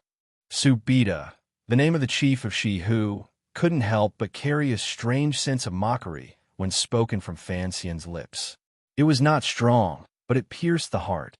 Haidang immediately raised her head and gently combed a strand of hair at her forehead. "Since you've already come, presumably you have investigated everything clearly. Why ask me again?" Haidang was dressed as a Hu tribe-serving girl with a leather hat on her head. She looked mischievous and cute, particularly with the strands of hair poking out from the brim of the hat, making her appear even more childish and beautiful. However, Fan Xian's tone remained icy. Some things, it is one thing for me to find out. It is another for you to tell me personally. My anger lies in being hidden from me and used by others. You know my personality. Haidang was slightly startled. She pulled her hands out of her clothes and placed them in front of her. Very seriously, she gave Fan Xian a half bow and said, "My apologies." Although it was only 2 words, it was filled with remorse. Fan Xian looked at her. His expression did not change in the slightest. He also did not open his mouth. He only waited for her to give him an explanation. "Let's take a walk." Haidang did not explain why she had come to the plains, nor did she explain why those blades had appeared in the hands of the Hu experts. She only very naturally suggested that the 2 of them take a walk on the vast plains. Fan Xian was silent for a moment and then said, "All right," parting the knee-high grass. The 2 of them left the path hidden in the grass and walked towards the depths of the uninhabited grassland. At this time, the autumn sun was hanging high in the sky. The little insects were agilely moving in the grass. It was quiet all around, but there was a greenish-yellow color in front of them, blankly looking towards the end of the sky. The man and woman had their hands in their clothes. They were like 2 little dots in the sky and earth, maintaining a steady speed as they advanced towards the end of the sky. If there was nothing else in this world, perhaps the 2 of them would be willing to walk like this forever and not talk about the problems that would tear at one's heart and liver, and not talk about stories that would gradually pull each other apart. However, there were blue skies and white clouds in the sky, and wretched autumn grass on the plains. The 2 of them walked between the vast heaven and earth. In the end, they belonged to the mortal world. Even the way they walked now was difficult to be as harmonious as it was in the past. Was this not a heart-shaking loss? It has been many years since the Taoist sect have infiltrated Shihu. However, it has never been of much use. It is always difficult for the Hu people to trust the strategists of the Central Plains. The autumn wind gently blew against Haitong's red face. She sighed gently and opened her hands, feeling the vast aura of the grasslands. In a quiet voice, she said, "She who has been beaten into a mess by the Qing army. If we want the Hu people to become a force that can stand against the Qing kingdom, even if it is a force that can slow you down slightly, it is still a very difficult matter." Fan Xian was silent and listened intently. Haidang walked slowly and looked at the sun hanging over the grasslands in the distance. Narrowing her eyes, she said, 2 years ago, before my teacher passed away, he gave me this mission." "What mission?" "Help the chief unify the grasslands and establish a country." Haidang looked at him expressionlessly. As you know, although the Hu people are good at fighting, there are countless tribes that are only nominally controlled by the court. As a whole, they are like scattered sand. If they are unable to unify the grasslands and establish a true country, how can they slow down the Qing kingdom's pace of unifying the world? Fan Xian smiled coldly and said, "In order to stop the Qing kingdom, you are willing to allow a new grasslands kingdom to rise on the grasslands. Have you ever thought that if the Hu people truly become powerful, what will it bring to the world?" Without waiting for Haidang to speak, he stared in her eyes and said, "When we were in Hangzhou, you once reminded me that the Hu people are ambitious and cruel by nature. For thousands of years, they have always taken pleasure in killing. Unexpectedly, you now want to put on armor for this pack of wolves. Is the threat the Qing kingdom poses to you so great that Qiani Dao has to give up on the principles of the way?" Facing his gaze, Haidang didn't show a hint of fear, saying slowly, "It's not possible to build a nation on the grassland in a short period of time.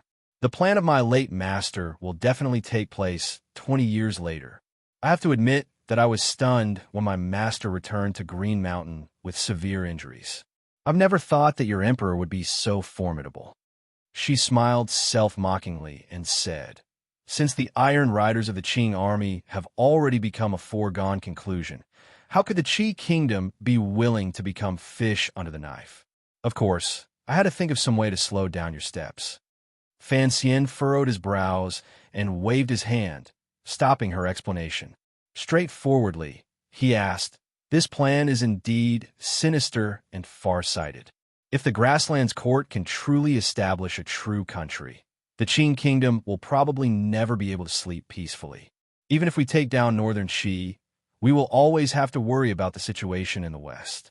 This will also give you some opportunities to take advantage of." "But," he faintly said, "although I have only seen Su Bida from afar, I know this chief's nature is like a hawk's. He is definitely not a normal person. Since Ku he chose him before he died, how could you make him trust your troops and follow your plan? You said earlier that Tianyi Dao's intention to infiltrate the Western Hu court is not something that has happened in a day or two. How can you do all this?" Fan Xian lowered his head to look at the small leather boots on Haitong's feet. "Northern Qi people have already begun to enter the Western Hu court to manage political affairs for Su Bida and make plans. Presumably, other than civil officials, there are also some military advisors who understand the Qing military situation. How did you convince the Hu people to accept these Northern Qi people?" "You're talking about Wei Wuqing and the others," Haitang replied lightly. "They're not all Northern Qi people," Haitang replied lightly. "There are also people from Dongyi and the Qin Kingdom." Fan Xian looked at her with slight surprise. Haitang continued lightly. "These people are only capable people hired by the chief with a large sum of money. They don't know me or my position in the court. What I need to do is to convince the chief, a ruler with a heart as wide as the sea and sky, that he should be good at accepting all outside wisdom. To subdue the four seas, he needs to use the people of the four seas." Fan Xian's brows were furrowed tightly. Looking at her, he said, "But you still haven't explained why Su Bida, such an ambitious person, would listen to everything you say. You have to know that in the Hu people's tribes, women never have much of a place." Haitang smiled slightly. A glimmer of interest suddenly appeared on her plain face. Looking at Fan Xian, she asked, "Do you think I'm using a honey trap?" Fan Xian paused and didn't know how to respond. He had long discovered that the chief had entered Haitang's tent more than once at night. Furthermore, it was clear that the chief had some feelings for Haitang. Haitang smiled and looked into Fan Xian's eyes. Sighing, she said, "I wasn't born as beautiful as you. Even if I wanted to use a honey trap, I don't have the capital." At this moment, a strange thing happened between the two of them. When Haitang sighed at Fan Xian's appearance, her arms seemed to rise uncontrollably. Her fingertips trembled slightly and touched Fan Xian's cheek. Sliding an inch across his face, the light touch of her fingertips against his skin was so bone-deep that it touched the deepest feelings in the bottom of their hearts. When the two of them realized that such a warm scene had occurred, they immediately froze. Fan Xian's body was slightly stiff. With great difficulty, he raised his left hand and grasped the hand beside his face. Holding it, he would never let go. Being held by Fan Xian's warm hand, Haitang's body was also slightly stiff. "I found that it is difficult for the two of us to walk as harmoniously as before." Fan Xian held her hand and quietly said. "Perhaps the amplitude of the swing is not the same. If we hold hands, would it be better? But the steps are still not the same." Haitang had a serene and peaceful smile on her face, but her words carried boundless regret and disappointment. "I have to try." Fan Xian didn't care what she was thinking. Holding her hand, he continued to walk deeper into the grasslands. There were only the two of them in the world. At least, in this moment, there was no need to say such unpleasant things. "Are you jealous?" Haitang half leaned on Fan Xian's shoulder. Their hands were held tightly together. It was as if they were both afraid the other would suddenly let go. At this moment, they were sitting on a meadow. Below the meadow was a small lake. Across the lake was the gradually setting sun. The golden rays of the setting sun drew a golden line on the surface of the water. Occasionally, a few wild ducks flew across the surface of the water, squawking strangely. This scene was very familiar. It was as if they were still in Jiangnan, by the lake, and it was still the same two people. "Why would I be jealous?" Fan Xian said with some dissatisfaction. Subida was able to suppress the left and right virtuous princes in a few short years. The power of the court is the most powerful on the grasslands. Although you helped, he is indeed powerful. In the end, you are still jealous, Haitang said with a slight smile. Her face did not have the pride of a normal woman, nor was there a trace of uneasiness. It was as if she was only stating a fact. Without waiting for Fan Xian to speak, Haitang leaned her head on his shoulder. This woman's shoulders had shouldered too many things since she was young.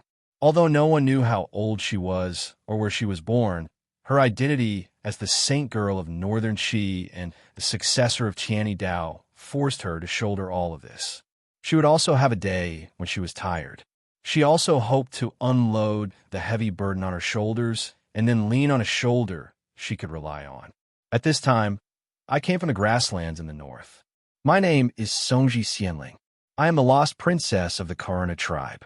Haitang gazed in a daze at the setting sun across the lake and slowly said, On the grasslands in the north, I helped many people and led the last group of tribes moving south to the grasslands of Shihu. The children of the tribes that came to the south earlier acknowledged my identity as the princess of the Karna tribe. Thus, the chief had to pay attention to me, at least at the beginning, to the power behind me. Karna? Fan Xian turned his head and looked at her bright forehead. Faintly, he said, To go around in such a big circle, in order to not make Subida suspicious, Kuhi has truly put in a lot of effort. Although Haitang had said it simply, Fan Xian knew that the northern man could not withstand the cold of heaven's might and were forced to move south. There were countless deaths and injuries along the way, but they still left tens of thousands of riders on the grasslands.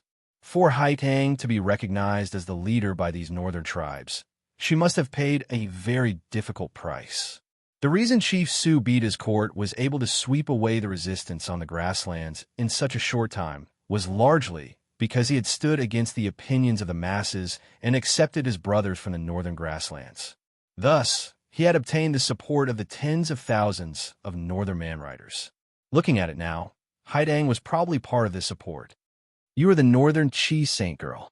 Suddenly, you have become the saint girl of the northern tribes. Are you not worried that your identity will be exposed? Fan Xian said quietly, I believe in your intelligence and ability. The chief will certainly not be able to do without your help, particularly after seeing some results. However, your identity will always be a major problem.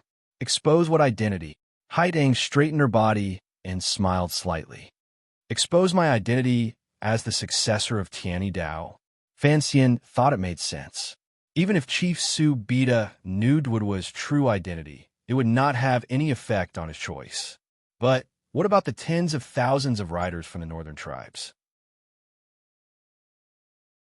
That was the greatest source of Haitang's involvement in the matter of Shihu. If they found out that the princess of the Karna tribe was a fake, what would happen? Logically speaking, if Haitang's identity was exposed, the northern Qi people's plot would collapse. This should be something that Fan Xian and the Qing people would be most happy to see. For some reason, Fan Xian believed that Haitang would not make such a mistake. Perhaps the already dead Master Ku, he would not have not thought of this link that could easily go wrong.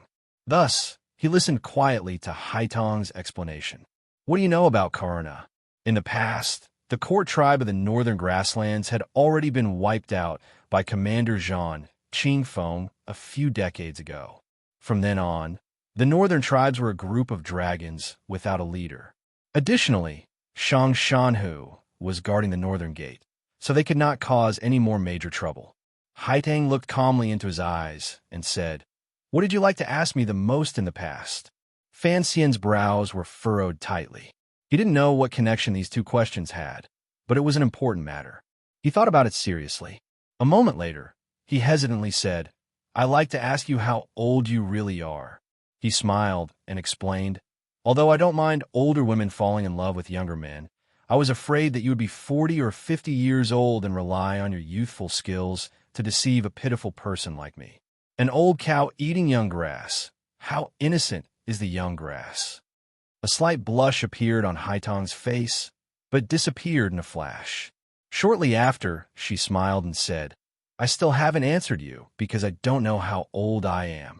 Fan Xian was silent. He knew that Haidang was an orphan girl who had been carefully cared for by Master Ku He from a young age. I'm 19 this year. Haidang suddenly stared seriously into his eyes and said, My mother was a princess who escaped from the Karna court. Fan Xian didn't hear these words clearly. He thought to himself, 19? Then, when he gave her the aphrodisiac by the North Sea, she was only 14. Was he teasing a lowly or poisoning a youth? This girl was indeed younger than him. Wait, princess? Mother? The Karna court? He abruptly stood up and looked at Haidang in disbelief. Haidang was sitting hugging her knees and watching the ducks dancing on the lake with a peaceful expression. It was as if she didn't realize what a shocking secret she had just told Fan Xian. You are really the princess of the Karna tribe, Fan Xian said in a trembling voice. When it came to everything on the grasslands, he had calculated clearly. He had laid out all the countermeasures to the plot coup he had left behind. Even exposing Haitong's identity at the right time was part of his plan. He had not thought that Haitong's ability to influence the chief and secretly help the grasslands court build a country was not based on a fake identity. She was a princess. Haidang hugged her knees and placed her head gently on them. Looking at the pool of water and golden light in front of her, confusion appeared in her eyes. In a quiet voice, she said, You are indeed calmer than me. 2 years ago, when I heard about my past from my teacher, my reaction was much greater than yours.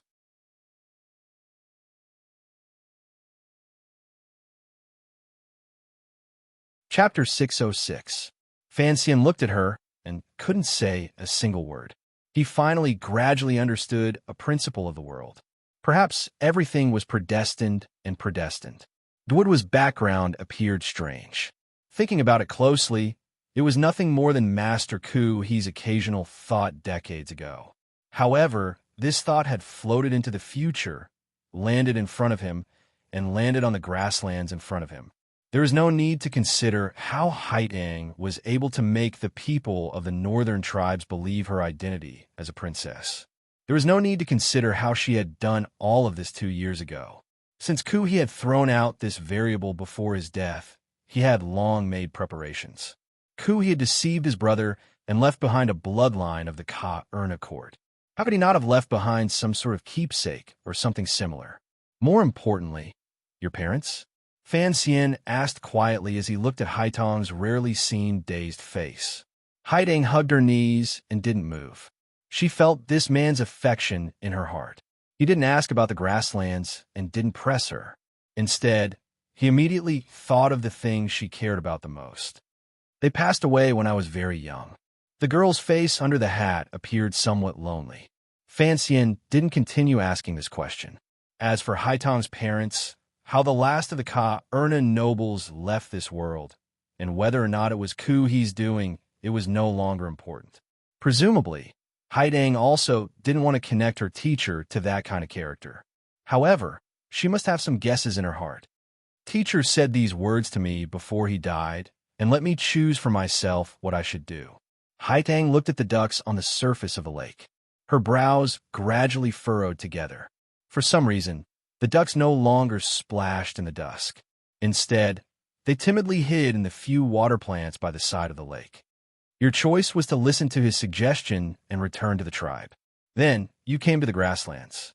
Fan Xian lowered his head and thought. Songji was the Ka-Erna surname. However, this tribe had been wiped out by Commander Zhang Qingfeng decades ago, so no one in the world would think that the name Songji Xianling had anything to do with the Hu people.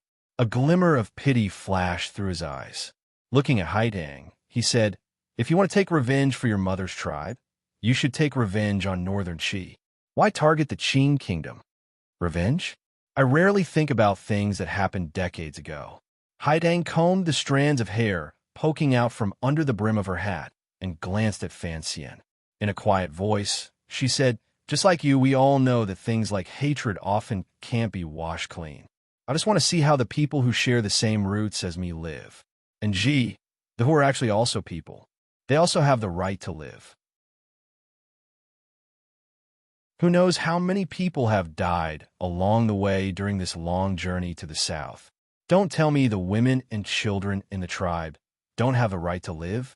As for the great Chi kingdom, she lowered her head and laughed self-mockingly. Although Master revealed my past, he gave me the Tiani Dao. I am still the holy maiden of the great Chi kingdom. If I really wanted to bring disaster to the great Chi kingdom, why would I need to come to the grasslands?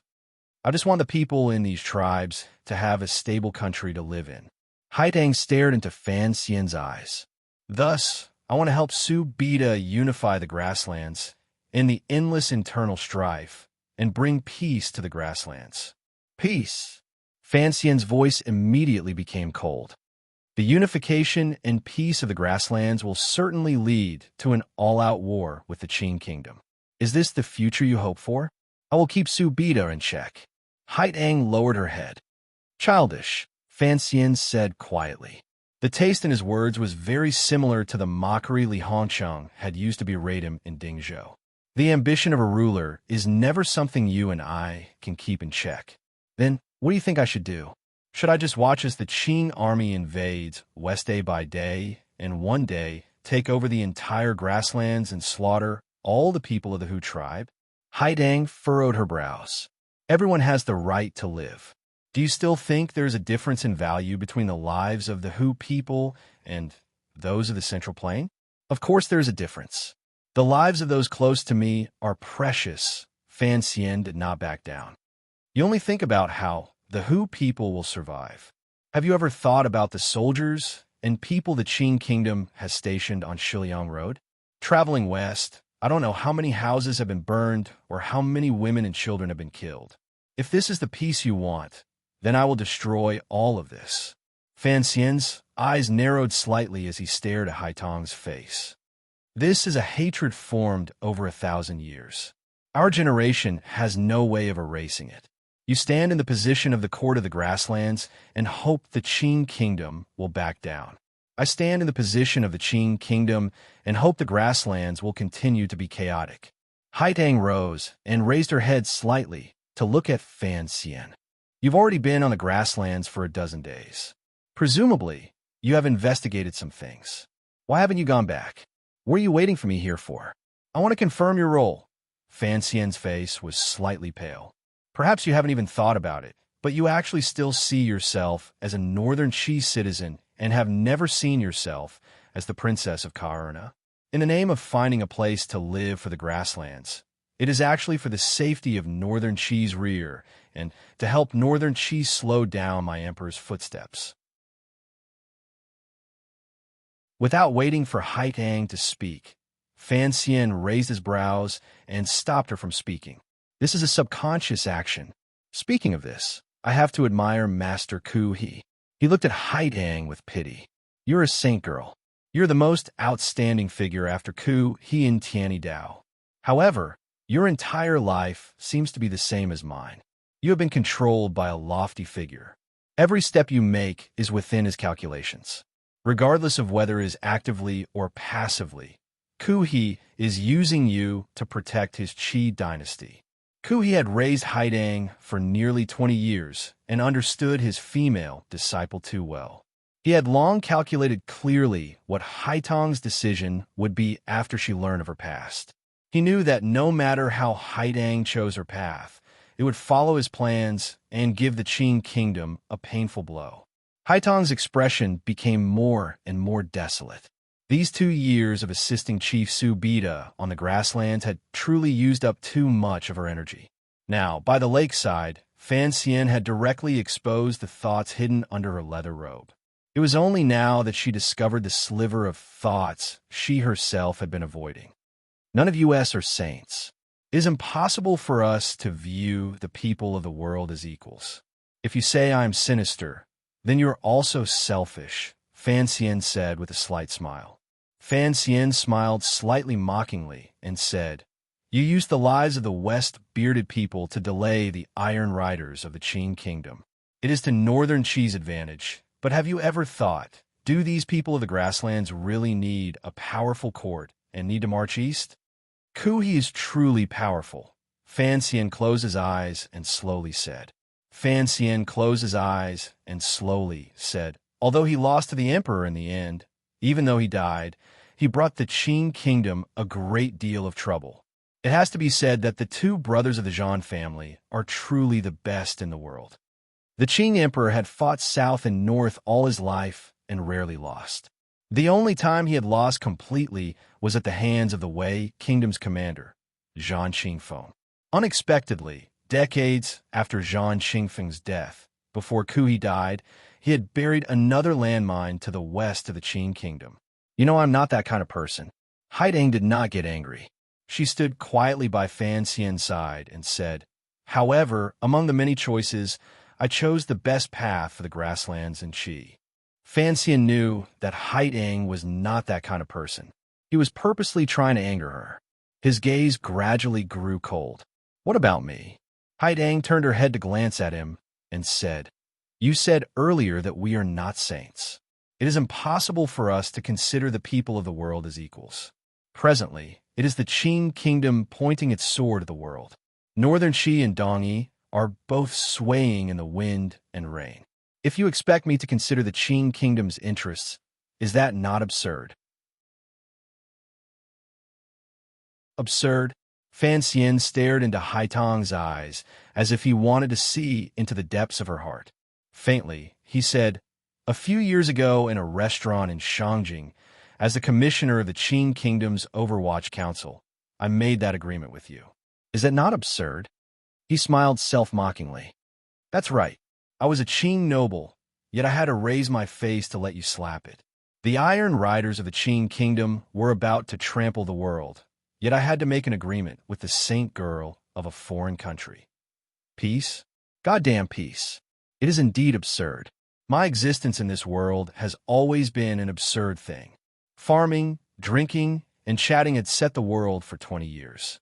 Thinking back to when the two of them had walked arm in arm in Shangjing, drunk together in a building, and chatted together under the melon trellis in the garden, in a place no one knew about, the two most outstanding young people in northern Qi and the Qin kingdom had set a goal that was childish in the eyes of the common people, but particularly beautiful in their eyes.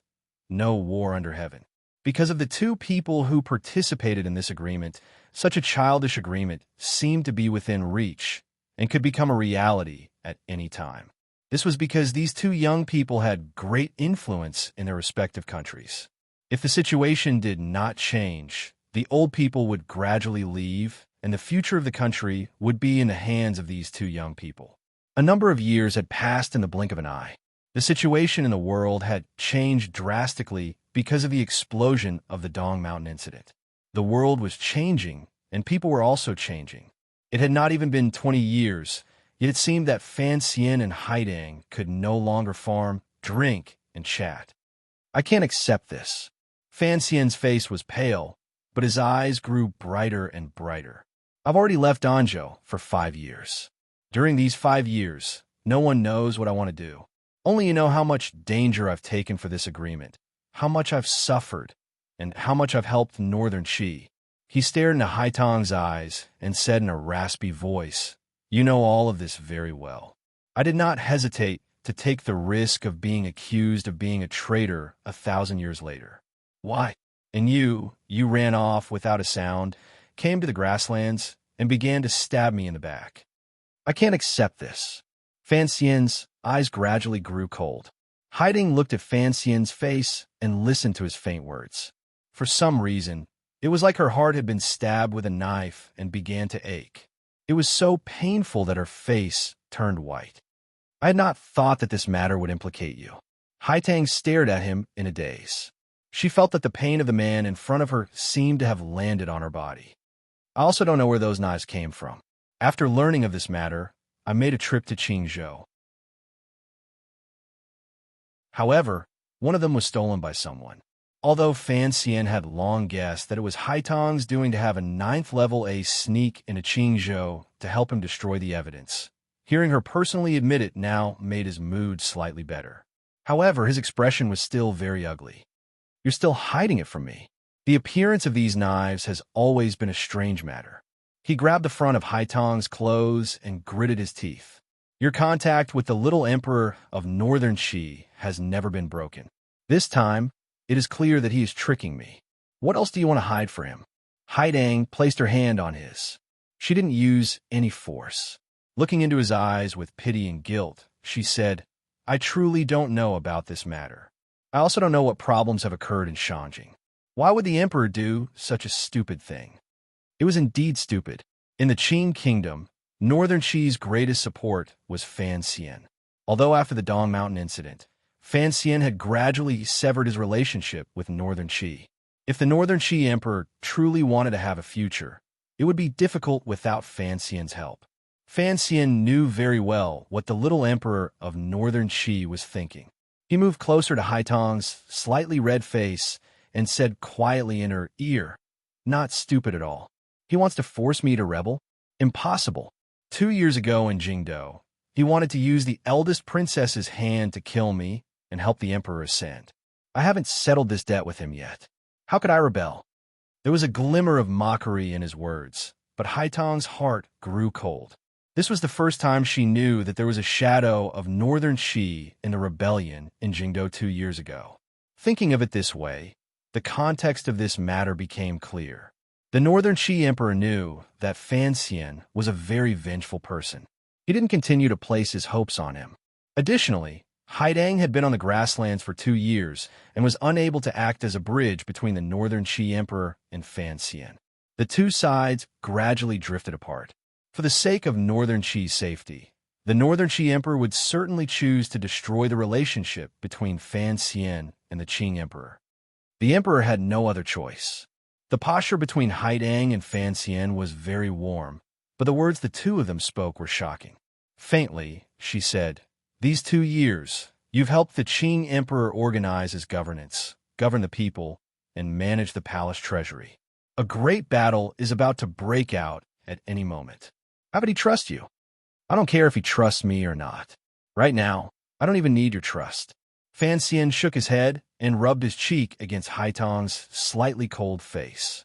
He took a deep breath and said, Take a message to the Northern Qi emperor. Tell him that I, Fan Xian, will repay him with a lesson he will never forget for the 2 gifts he has given me. Haitong's body trembled. She looked at Fan Xian in surprise, not knowing what he would do. In this world, other than a great grandmaster, probably only Fan Xian would dare to be so arrogant as to say that he would teach the ruler of a country a lesson. Don't forget, you are a person of the Qing kingdom. You are the son of the Qing emperor. Haitang sighed. Haitang sighed and said, Who would believe that you would consider problems from the standpoint of Northern Qi or Dongyi? It is normal for the emperor not to believe you. I consider problems from a standpoint of the Qing kingdom. I also don't want the people of the Qing kingdom to sink into the endless blood and fire of war. You will certainly not tell me exactly what you have set up on the grasslands. Haitong's hands passed naturally under Fan Xian's armpits. But I will do my best to stop you. Other than my emperor, no one in this world can stop me. Not even you. Fan Xian took off her hat and stroked her hair. Fan Xian held Haidang tightly, but his gaze gradually calmed. Holding her in his arms, he looked at the sky with narrowed eyes. An eagle was flying in the dusk. The ducks in the lake were frightened by this eagle and hid among the water plants. Haidang had actually also noticed the eagle and knew why Fan Xian was holding her like this. She sighed in her heart and knew that she and the emperor had truly let down the young man holding her. Complicated emotions rose in her mind, so she didn't point out Fan Xian's thoughts. Stay with me for 3 days, Fan Xian said by her ear. On the grasslands about 10 li away from the lake, hundreds of Western Hu riders were surrounding and protecting their king, the master of this grasslands. Chief Su Bida looked coldly into the distance, looking at the traces of eagles streaking through the air. Songji Xianling had left. The chief was worried that she would never come back, so he had brought the riders to follow. For some reason, the chief had this worry in his heart. It was as if someone was about to take away the most important woman in his life. This woman was not beautiful. She could not compare at all to the beauties contributed by the tribes. However, the chief saw her as more important than anyone else. This woman had brought him the loyalty of tens of thousands of riders, strategies to govern a country he had never thought of, and a new atmosphere on the grasslands. Most importantly, this woman had brought the chief peace, a rare peace. Each time he was with this Karana princess, Chief Subida felt it was the happiest moment of his life. Even if they were just sitting face to face and looking at each other, he was still incomparably happy. He knew she was the northern Chi Saint girl, the last disciple of the great Grandmaster Ku He, and a traveler of the mysterious longevity heaven. He also knew that Songji Xianling was a Hu person and of the same race as him. If, in the future, he could sweep through the world and invade the grasslands, with her sitting by the side of the horse, the world would certainly be much more beautiful. The eagle gradually descended. Chief Subida's eyes narrowed. Like an eagle's, they flashed with an intimidating light. The girl had gone after a man. Who was that man? The eagle could not report to the chief that the man was abominably taking advantage of his treasure, so the chief could still maintain his current calm. In other words, Fan Xian's deliberate actions did not have the effect he had imagined. Charge over and kill him. The great Dong Hu looked at the chief's stormy expression and said in a loud voice, "Kill him." Subida did not reply. When Songji Xianling left, she had said she would come back, so she would certainly come back. He respected this woman with a strange background. Although he did not mind using a sword to announce his power, he did not want to use this method to win a woman's heart. Follow them. Don't disturb them. Chief Subida closed his eyes and spoke gently, but his words concealed a heart-palpitating coldness. There were many aces in the court by the chief's side. If these hundreds of riders charged over, no matter how powerful Fan Xian was, it would be difficult for him to escape death on this boundless grasslands. He was curious as to who could move Songji Xianling so much. Was it the Qing Kingdom pretty boy from a few years ago? The master of the grassland's grip on the reins grew tighter and tighter, but his expression remained calm. He was destined to become the master of the world. He would not lose his composure because of a powerful official in the Qing Kingdom. However, he would not allow the young man to come to the grasslands and return alive. The eagle sent a message. The Western Hu riders near the court began to gather. As soon as Songji Xianling and the young man separated, they would begin to attack. They followed for 3 days. During these 3 days, Fan Xian and Haidang wandered on the grasslands. They bought 2 good horses in a tribe and galloped to their heart's content. They then went to the ocean to catch 2 nets of small silver fish to roast and eat. On the last night, they stopped at a relatively large tribe. Surrounding a fire, they ate beef and mutton with the Hu people and drank Shadatsi wine. Haidang knew what these 3 days meant. After 3 days, perhaps the two of them would tear apart this complicated relationship and become irreconcilable enemies. Thus, these 3 days had to be treasured. Fan Xian also knew what these 3 days meant. Haitang's identity as a princess had not resounded through the grasslands, but she could take him to move about as she pleased on the grasslands. She wanted to use this fresh reality to tell him that the Hu people and the people of the Central Plain could coexist peacefully, and that the Hu people were not naturally savage and bloodthirsty. Because of her guilt, Haitang stayed with Fan Xian for 3 days and didn't ask anything else. She had no idea of Fan Xian's true goal. The light from the fire shone on their faces. Their faces were bright red, just like 2 playful children in the winter. Haidang handed 2 items to Fan Xian and said, "These are for your child." Fan Xian accepted them and found that it was a string of ruby beads and a small knife that the Hu children liked to play with. It was very cute. The beads are for Xiaohua and the knife is for Liangzi. He raised his brows. Xiaohua will probably like it. Liangzi is still young. I'm afraid he won't like it. However, thank you for your thoughtfulness. Teacher once said that it would be difficult for Lady Fan's body to have children. Now that Fan Liang has been born, it can be said that one of her wishes has been fulfilled. Haitang smiled faintly. Presumably, you've put in a lot of effort. 3 months ago, Lin Wanner, who had been pregnant for 10 months, finally gave birth to a son. Before the palace randomly bestowed names, Fan Xian had hurriedly given the name Fan Liang and added it to the family tree. This matter angered the Qing emperor greatly. Fortunately, Fan Xian had left the emperor the right to choose a name. Only then did he manage to bluff this matter over. Hearing Haitang's words, Fan Xian smiled bitterly.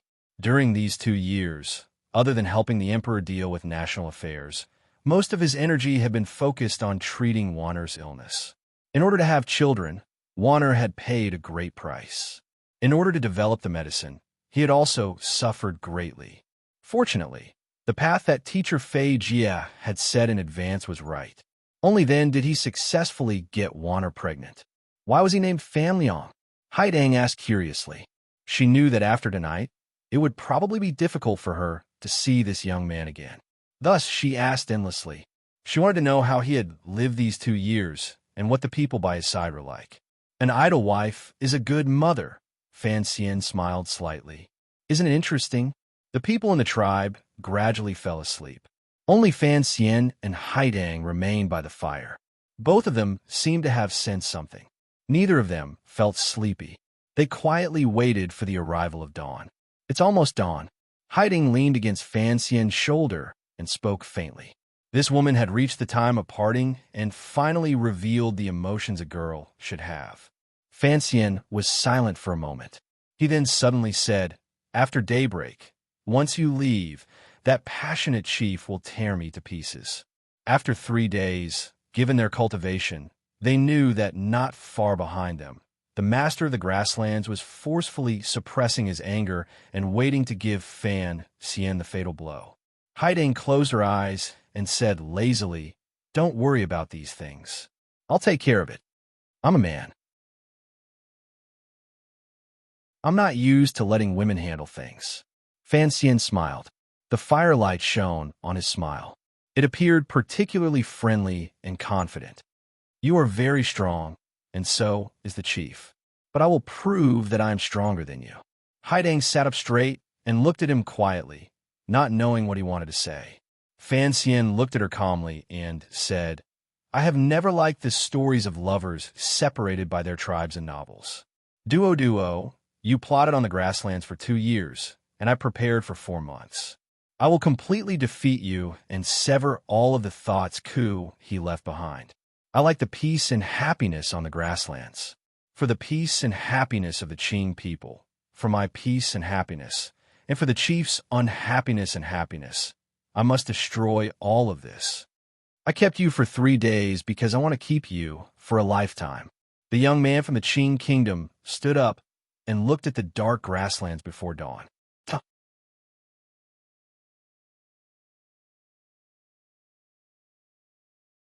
Chapter 607. Before dawn, it was all darkness. The fire crackled. Occasionally, a few sparks would leap out and draw out a fleeting red mark in the air. These red marks were reflected in Haitang's eyes and appeared particularly strange. She stood up and looked at Fan Xian. Quietly, she said, "What exactly do you want to do? Or rather, what exactly have Fan Xian done in these 3 days?" "I haven't done anything." Fan Xian's back was to her. His back appeared particularly straight. "I only want to keep you for 3 days." Haitang's pupils constricted slightly. She had been tricked by Fan Xian into coming out for 3 days. The aces in the court had followed Chief Su Bida and followed them for 3 days. Indeed, Fan Xian didn't need to do anything personally, but something must have gone wrong in the court. This woman was someone who could take things up and let them go. She glanced at Fan Xian calmly, and then turned to walk toward the back of the tribe. Her footsteps were not very urgent, but her speed was very fast. Like a sprite on the grasslands, she flew 30 feet in a flash. "It's too late for you to go back." Fan Xian turned around and looked at her calmly. "You and the Northern Qi Emperor tricked me once and tricked me a few times. The Central Plain people in the court are all Northern Qi people, yet you are still tricking me. These people working in the court are dangerous people for the Qing kingdom. I have to get rid of them." Haitang stopped walking. She knew what Fan Xian said was true. If something strange had happened in the court during these 3 days, even if she rushed back now, it would be too late. The Crescent Sea is heavily guarded. Since he didn't act personally, who did it? Without waiting for Fan Xian's reply, a dark and cold image seeped into her heart. She had not forgotten that the Overwatch Council had the best assassin in the world. The chief was not in the court, and all the aces were out. If that assassin acted, who could stop him? The shadow of the Overwatch Council would never miss an attack. Regardless of whether Haidang or the chief were able to stay in the court, they probably would not give the shadow any chance to act.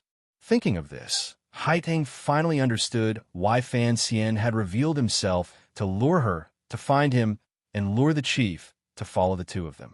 Your heart is indeed becoming harder and harder. She turned around and looked at Fan Xian. She was not angry, only lonely. Is there anyone in this world that you are not willing to use? Fan Xian had used Haitang, but he did not feel any remorse in his heart. The two of them were already enemies. I am not a heartless person. He then shook his arms and leapt toward her. The tyrannical Jinshi in his body bloomed to its limit in an instant, shaking the night sky and grasslands into chaos. Like a tornado, it swept forward. Haitang's eyes lit up as she watched the godlike man approach her. She reached out from her thin leather robe and drew a semicircle beside her, stabilizing the flow of air around her in the time it took for a spark to fly off a flint. A moment ago, there was endless affection and sorrow at parting. In the next moment, a storm suddenly rose. Fan Xian was like a god of death under the moonlit night. Carrying the grass and sparks around him, he struck out with a fist that was like thunder. Haidang Duodwa's figure flashed and disappeared in front of this storm. In the next moment, she appeared in front of Fan Xian in the eye of the storm. Using her fingers as a sword, she stabbed out at an angle. It was as if she wanted to knock down the moon in the sky. The crescent sea reflected the moon in the sky. It was beautiful, clear, and serene. The people around the sea were sleeping deeply. Only the serving girls who had woken up early began to walk into the sea to prepare to fill the water for the nobles to wash. A serving girl looked at the hunched mute servant and smiled. She took out a piece of cake from her clothes and handed it over. This mute servant had been picked up from the grasslands by the Donghu family 4 months ago. His body was a bit handicapped, but he had great strength. Using him to do rough work was the most convenient. However, because he could not speak and was a slave, he was often bullied by the young nobles around the court. He looked very pitiful. If it weren't for these kind Hu girls helping him out daily, this mute servant probably wouldn't have lived for more than a few days. The mute servant accepted the cake the Hu girls handed him and smiled ingratiatingly. His throat made a croaking sound as if he wanted to express his thanks. The Hu girls giggled and almost broke the peace of the crescent sea before dawn. The mute servant walked toward the meadow behind the crescent sea. Every day at dawn, he would go pick up sheep dung. The people in the court had long become used to this sight. Today, this mute servant walked through the meadow and the dense sheep dung. His body remained hunched, and he didn't even glance at the sheep dung. Usually, he would be happy to run into so much sheep dung. Today, he would not be happy because he no longer had to pick up sheep dung. Walking to a patch of long grass, the mute servant slowly took out an iron drill from his bosom and stabbed it into the soil. With a shake of his right palm, the iron drill that was stained with blood was shaken several feet into the soil with a poochy sound. Not a single trace of it could be found. The mute servant pressed his dry lips together and closed his eyes to think back to the process of his actions. After confirming he had not missed anything, he once again raised his feet. His body was still hunched as he slowly walked into the depths of the grasslands. No one knew how long it would take before he could walk back to the central plain. The surroundings of the crescent sea were calm. No one noticed that a mute servant had left the place he had lived in for 4 months. The security around the king's tent appeared tight, but in reality, it appeared lifeless, particularly the people from the central plain who the chief placed great importance on. The important figures responsible for communicating with Qingzhou and Dingzhou lived in tents that were particularly deathly silent. Wei Wuqing's body was weak. He couldn't speak at all. He couldn't even move a finger. However, his teeth chattered endlessly and made a rattling sound. He looked at the dead people around him and felt a chill rise from the depths of his heart. He was responsible for the court's accounts and trade. He knew that the colleagues around him were all powerful figures from the Qi kingdom. If these people hadn't helped the chief, the power on the grasslands would not have been able to fight the Iron Riders of the Qin kingdom in the past year or so and reap so many benefits from it. However, these people had all died. Only he had survived. He thought of the scene earlier. Terror rose in his heart. It made him want to scream, but he couldn't make a sound.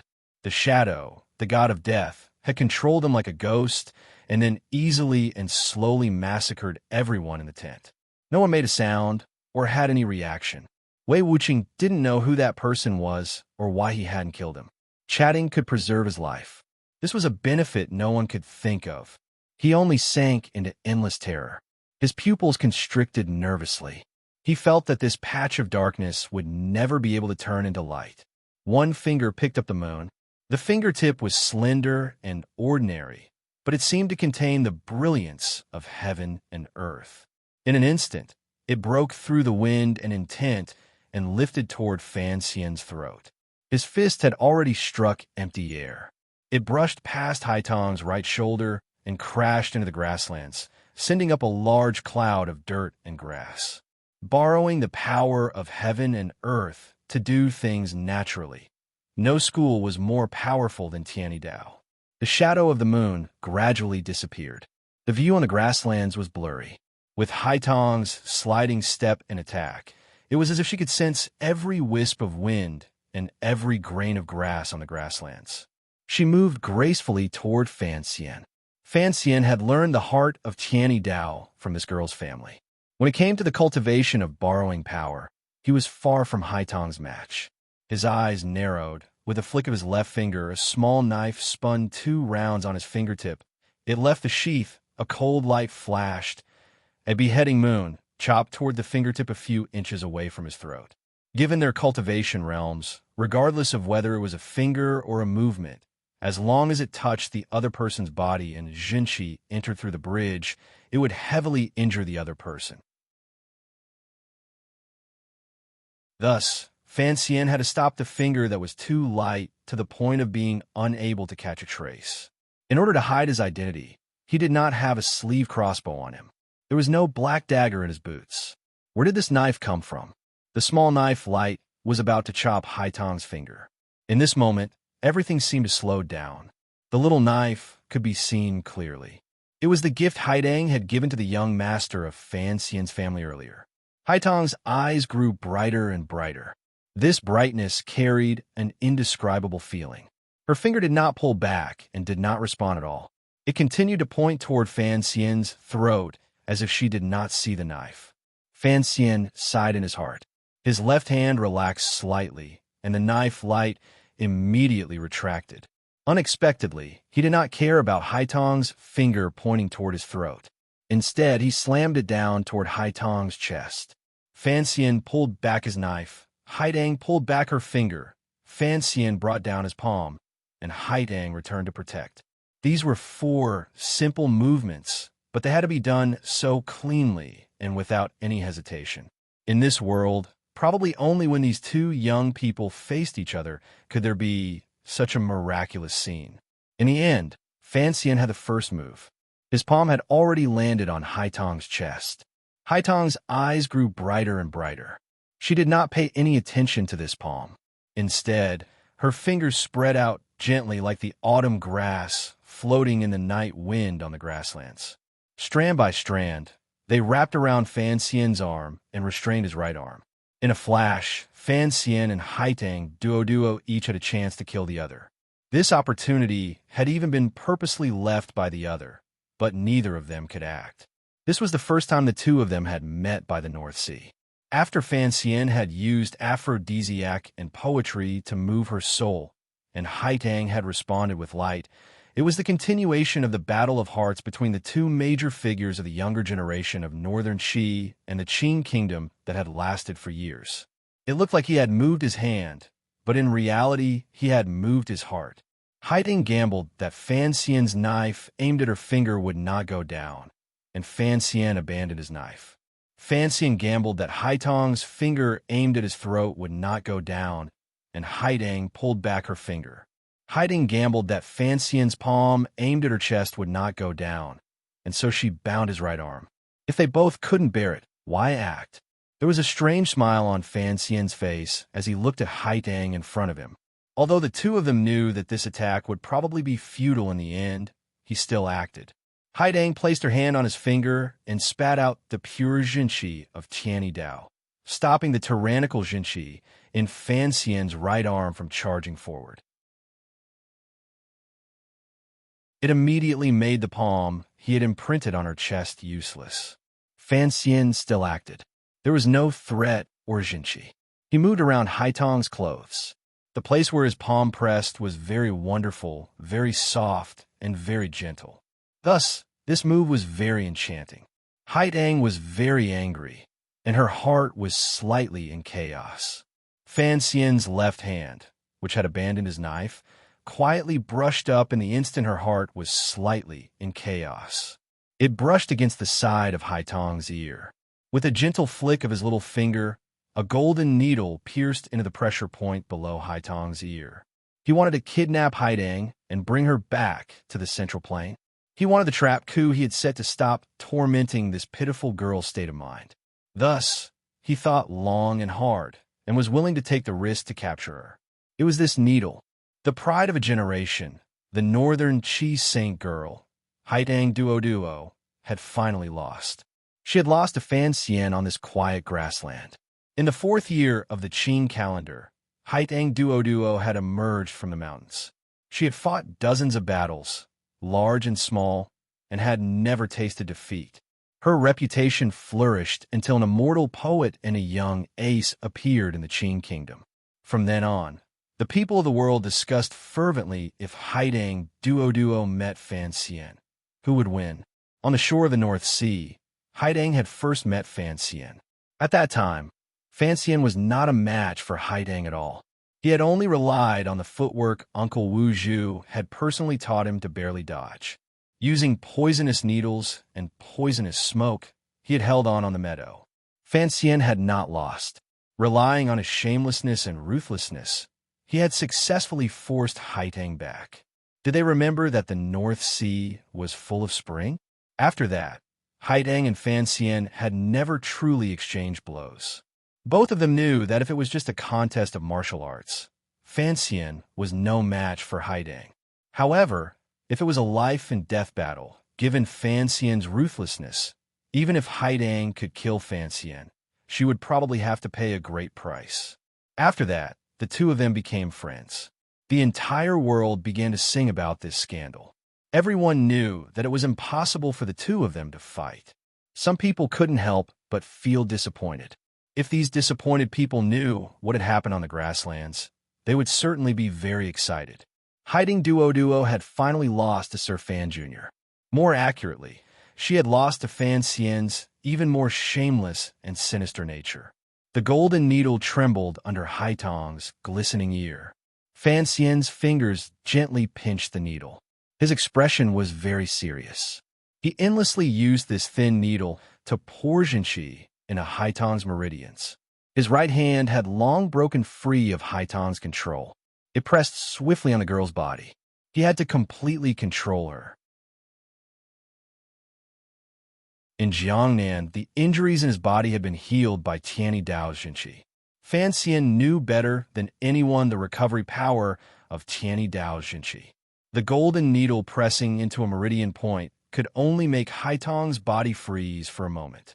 To truly control her and not harm her, he could only use his tyrannical Jinqi to forcefully seal the meridians in her body. However, Fan Xian's fingers, which carried a strong wind, gradually slowed. His gaze was very serious and even carried a glimmer of sorrow. Finally, he stopped his fingers. His left hand also slowly left the golden needle. With a crisp crack, the golden needle under Haitong's ear broke inch by inch. Such a thin and soft golden needle pressed into an important meridian point under her ear was broken by the Jinqi in her body. What a powerful rebound. With a puff, Haiding spat out a mouthful of fresh blood. Her face immediately paled, but her eyes remained bright. She calmly looked at the sorrowful Fan Xian in front of her. Wiping the blood from the corner of her mouth, she said, "I've already injured my internal organs. I'm not a match for you. You could try to keep me here." Fan Xian was silent. He knew what had happened in Haitang's body earlier. When he had used his tyrannical Jinqi to forcefully seal her meridians, the pure Tianyi Dao Jinqi in Haitang's body had begun to counterattack. It counterattacked without regard for its own life and death, forcefully attacking every spot where his fingers had landed. If Fan Xian had forcefully continued, at most he would have used up a great deal of Jinqi and still been able to control Haidang. However, Haitang's decisive Jinqi, flowing in the opposite direction, would cause her meridians to explode and make her a useless person. After a moment of silence, Fan Xian lowered his head and sadly said, "Even if you die, you still won't come with me?" Haidang looked at him calmly. Fresh blood dripped from the corner of her lips. Slowly, she said, "If my heart wasn't in chaos, how could you control me? If your heart wasn't in chaos, how could you let go of a great opportunity to capture me in one move and throw Shi Lake into chaos? I don't want to die, but I know you won't let me die." Fan Xian was silent for a moment and then said, "Thank you." He was thanking Haidang for her trust in him. He was thanking her for knowing his heart and his feelings. Although the two of them had never said it explicitly, they had long known each other. It was like the night on the grasslands or the moon at the edge of the night line, clear and difficult to forget. After giving his thanks, Fan Xian looked at Haidang and said each word clearly. "Do you really want to stay in Shi Lake and become my enemy on the battlefield? I have my perseverance, and you have yours, no?" A strange light bloomed on Haitang's ordinary face. There was 20% stubbornness, 30% confidence, and 50% perseverance. Fan Xian gritted his teeth and said angrily in a low voice, "This is Ku He's arrangement. What kind of person are you? Why should you obediently listen to his arrangements?" This was what Fan Xian was most angry about. What he hated the most in this life was having his life controlled by those terrifying old creatures. He firmly believed that his life would be free. This was something more important than the grasslands or northern Qi. Haidang looked at him calmly, like she was looking at a child. "If I listen to you and leave the grasslands, won't I also listen to your arrangements?" Fan Xian was startled. He knew what she meant. The grasslands cannot fall into chaos. "I have to stay." Haidang looked at him and said, "I don't know what you've done these 3 days. Perhaps I won't be able to stop you in time, but I have to think of a way to stop the chaos on the grasslands." Fan Xian was silent for a moment. He then shook his head and said, "Like a prairie fire. Who can stop it?" Haidang looked at him. Fan Xian smiled bitterly and said, "Last night, the left virtuous prince should have been assassinated." Shock flashed through Haitang's eyes. She had been on the grasslands for 2 years. She knew what kind of turmoil the left virtuous prince's death would bring. If Fan Xian had purposely left some traces when he acted, the grasslands, which had just been peaceful for a year, would probably sink back into the endless flames of war because of revenge and the struggle for power. "How could you kill him?" Haidang stared into Fan Xian's eyes and bit her lower lip. The left and right virtuous princes had great power on the grasslands. Chief Su Bida had the support of Haitang, Northern Qi, and tens of thousands of riders from the northern tribes to barely suppress the two virtuous princes. During these 2 years, the left and right virtuous princes had always been wary of the court. Their defenses were powerful. Haitang furrowed her brows slightly. She could not think of anyone in the Qing kingdom who could sneak into the depths of the grasslands and assassinate the left virtuous prince. Perhaps the shadow of the Overwatch Council had such power, but he should have gone to the court to deal with Northern Qi support for the grassland court. The rushing sound of horse hooves came faintly from a distance. It looked like the riders of the court chasing Fan Xian could no longer hold back. Fan Xian narrowed his eyes and glanced in that direction. In a quiet voice, he said, "I said 3 days ago that regardless of whether it is Ku He or the little emperor of Northern Qi, they do not trust me. This has always been a great mistake. Regardless of how the world moves in the future, I must take the initiative in dealing with these matters into my own hands because I have more power than all of you." He gazed at Haitang and said, 13th Wang followed the merchant group into the grasslands. When I stayed behind to wait for you, he followed the left virtuous prince's subordinates back from the court. I believe in his courage and power. If even the fiercest warrior in the world cannot kill the left virtuous prince, then I can only say that my luck is not good. Come back with me. Haitang was silent. Fan Xian shook his head self-mockingly and helplessly. He then whistled toward the endless darkness behind him. The sound of hooves gradually rang out in the depths of the grasslands, like a herd of wild horses running freely.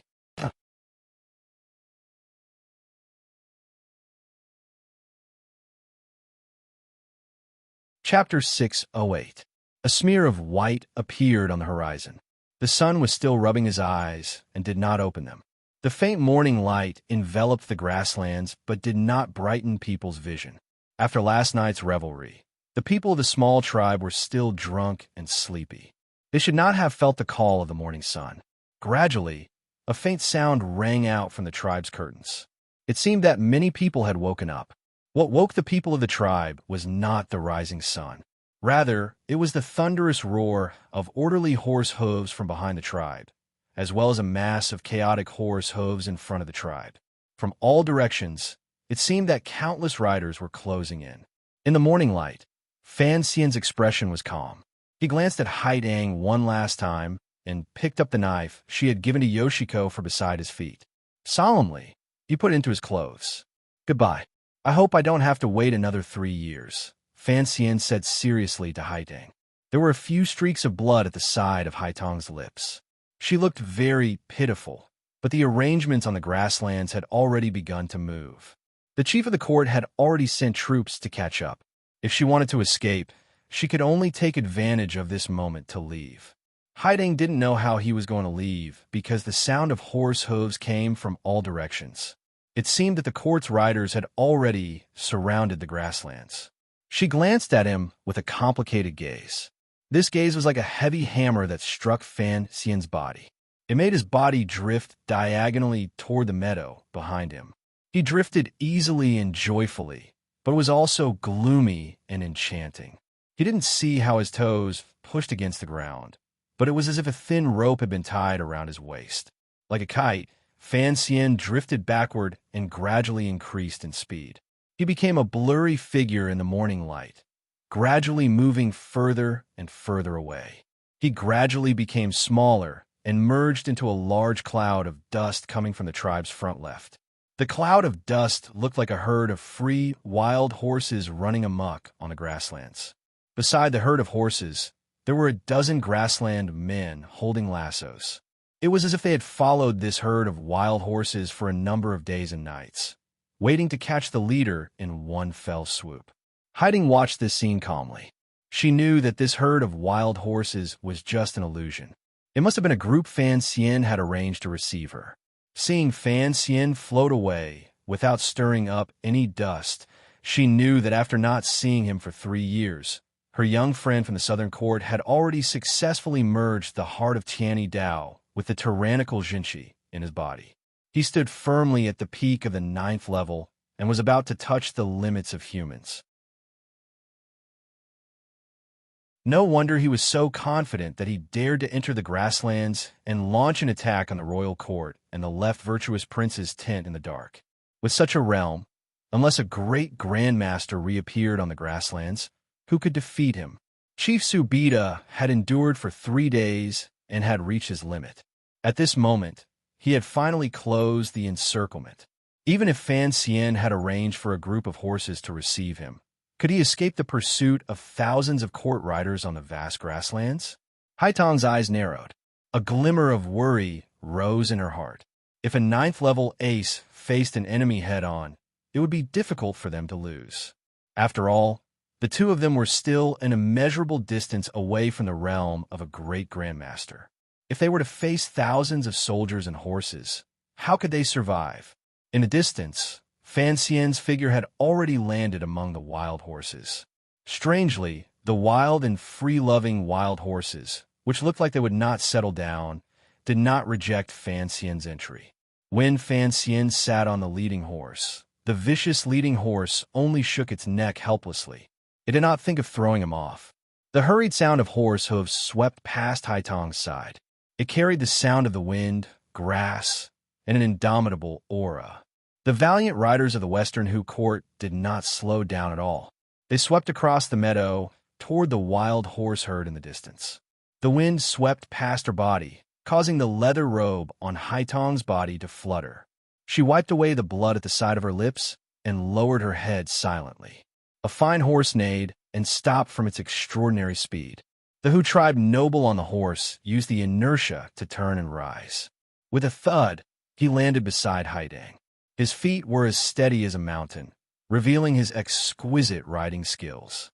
The person who had come was the master of the grasslands, Chief Su Bida.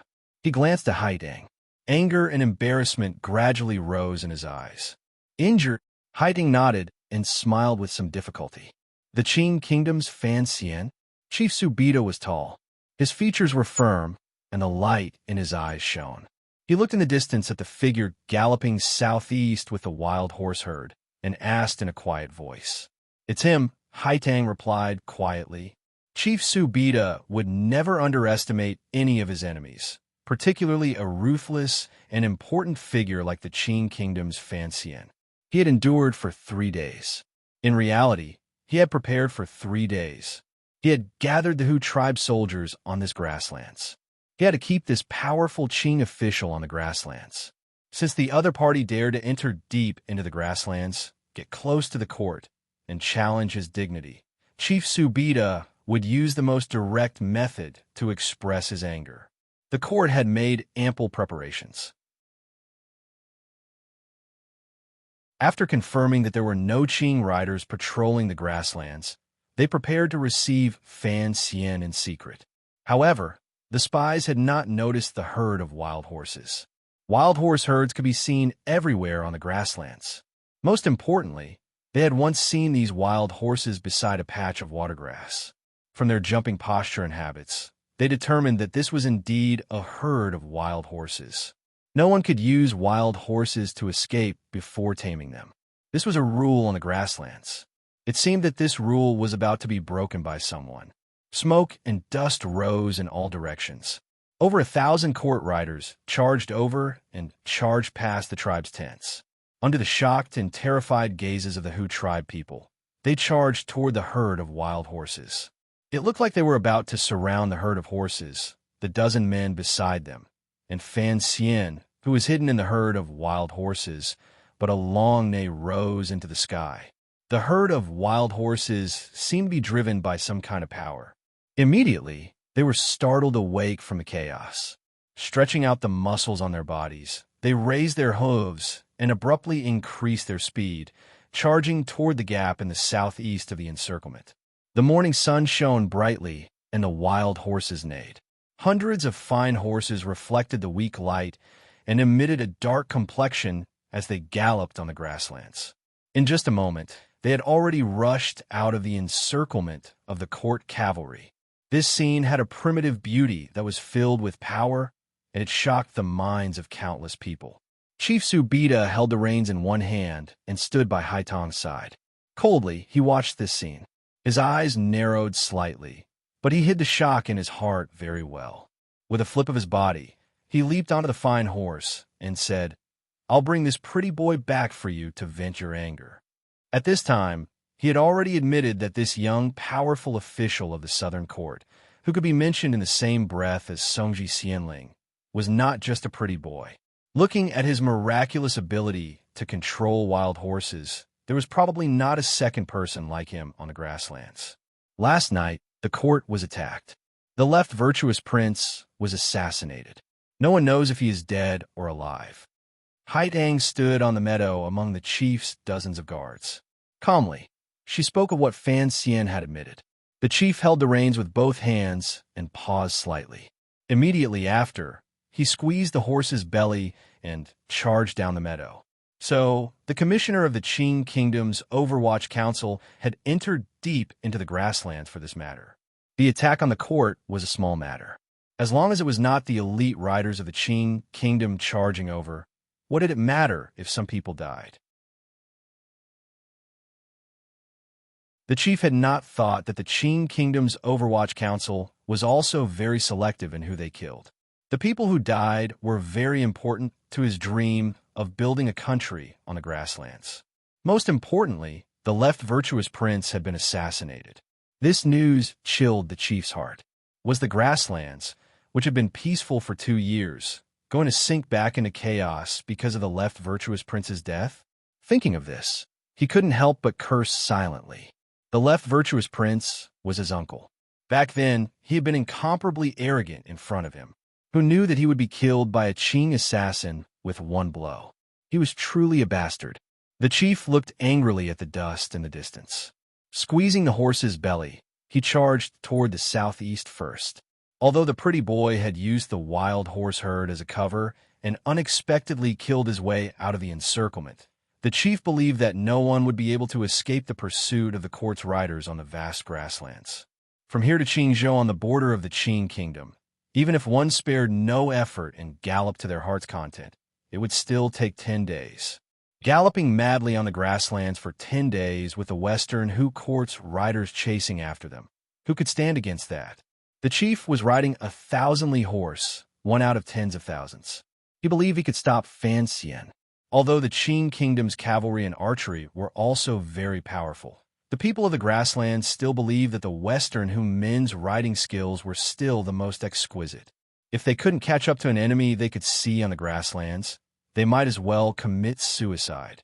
The morning light gradually brightened, and the sight between heaven and earth gradually brightened. The warped morning sun peeked out halfway from the eastern horizon of the grasslands and lit up everything on the autumn plains. Haidang looked calmly at everything in front of her. A glimmer of worry and sadness flashed through her eyes. She saw that on the grasslands, the flood-like Western Hu riders had not formed an encirclement.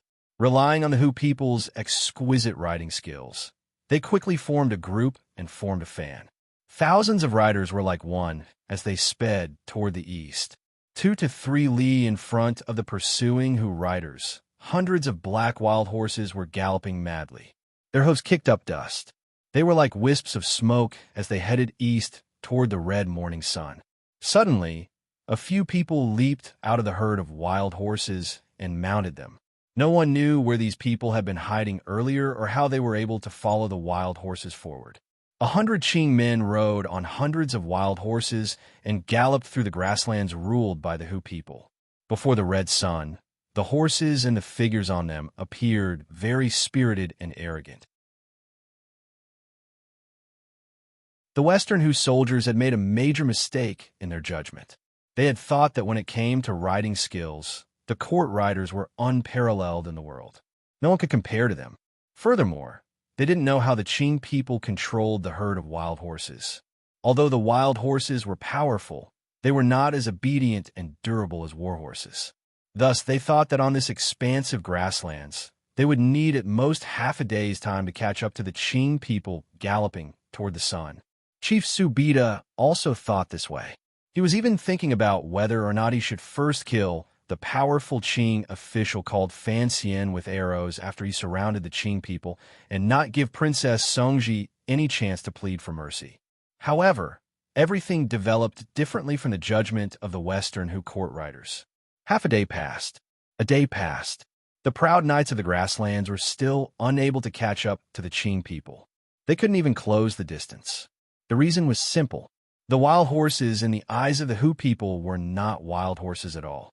They were military horses that the Qing Overwatch Council had raised for a long time. The reason they could hide from the eyes of countless people on the grasslands, from the tribes famous for their horses, and become a herd of wild horses that wandered among the water and grass was all because they had been drugged. A drug mixed with ephedrine made the Overwatch Council's military horses appear more active, wilder, and free-spirited than normal horses. Furthermore, this herd of horses was very careful. They had not been nailed or branded. Even their manes had not been tidied. Once they galloped, there was the feeling of their long hair floating in the wind. No matter who saw them, they would think they were a herd of wild horses. That was why, that night, under the watchful eyes of the court riders, They had quietly approached Fan Xian. Fan Xian held the reins with one hand and lowered his head to the horse, carefully feeling the condition of the horse. There were 100 subordinates receiving him. Other than a dozen elites disguised as men on horses, the rest of the people had relied on their superb riding skills to hide among the herd of horses. They had experimented many times. The effect of the ephedrine on horses was not as great on humans as it was on horses. It was not to the extent that these war horses would not listen to orders. For the pursuing soldiers of the court, the speed of these horses galloping was terrifying. War horses disguised as wild horses were still war horses, much less war horses that had taken stimulants. Fan Xian knew that the stimulants would not last long, but he didn't need too long. 100 people took turns riding hundreds of horses, giving the war horses enough time to rest and recover. If they still let the people of the chief's court catch up, Fan Xian might as well cut his own neck and be done with it. A good horse needed someone to ride it. This was the second mistake the pursuing soldiers made in their judgment. They always thought that no one in the world had better riding skills than them and was more valiant in long-range attacks. They had forgotten a name: the Black Knights. The Qing Kingdom's riders had always been powerful. Other than armor and protective gear, they were not much weaker than the riders of the Western Hu. The Black Knights were the elite of the Qing Kingdom's riders. Under Chen Pingping's careful selection and training, the quality of the individual soldiers was truly shocking. In particular, the Black Knights had the most illustrious battle history in the world when it came to long-distance attacks that the Western Hu people were so proud of. Back then, the Qing Kingdom had suffered a crushing defeat on the northern expedition. The Qing Emperor had been trapped in barren mountains and unruly rivers. Chen Pingping had heard the news and led the Black Knights to rescue him. Within 6 days, they had advanced 1,000 li on the battlefield and saved the Qing Emperor, who was still the crown prince at the time. Another year, Chen Pingping personally led the Black Knights deep into the territory of the Wei Kingdom and captured the ambitious and ruthless Xiao and alive. Before the Wei Kingdom's military could react, they retreated like lightning back into the territory of the Kingdom of Qing. In and out, they traveled thousands of li over mountains and rivers. History had long proven that the Black Knight's ability to launch 1,000 li surprise attack was the strongest in the world.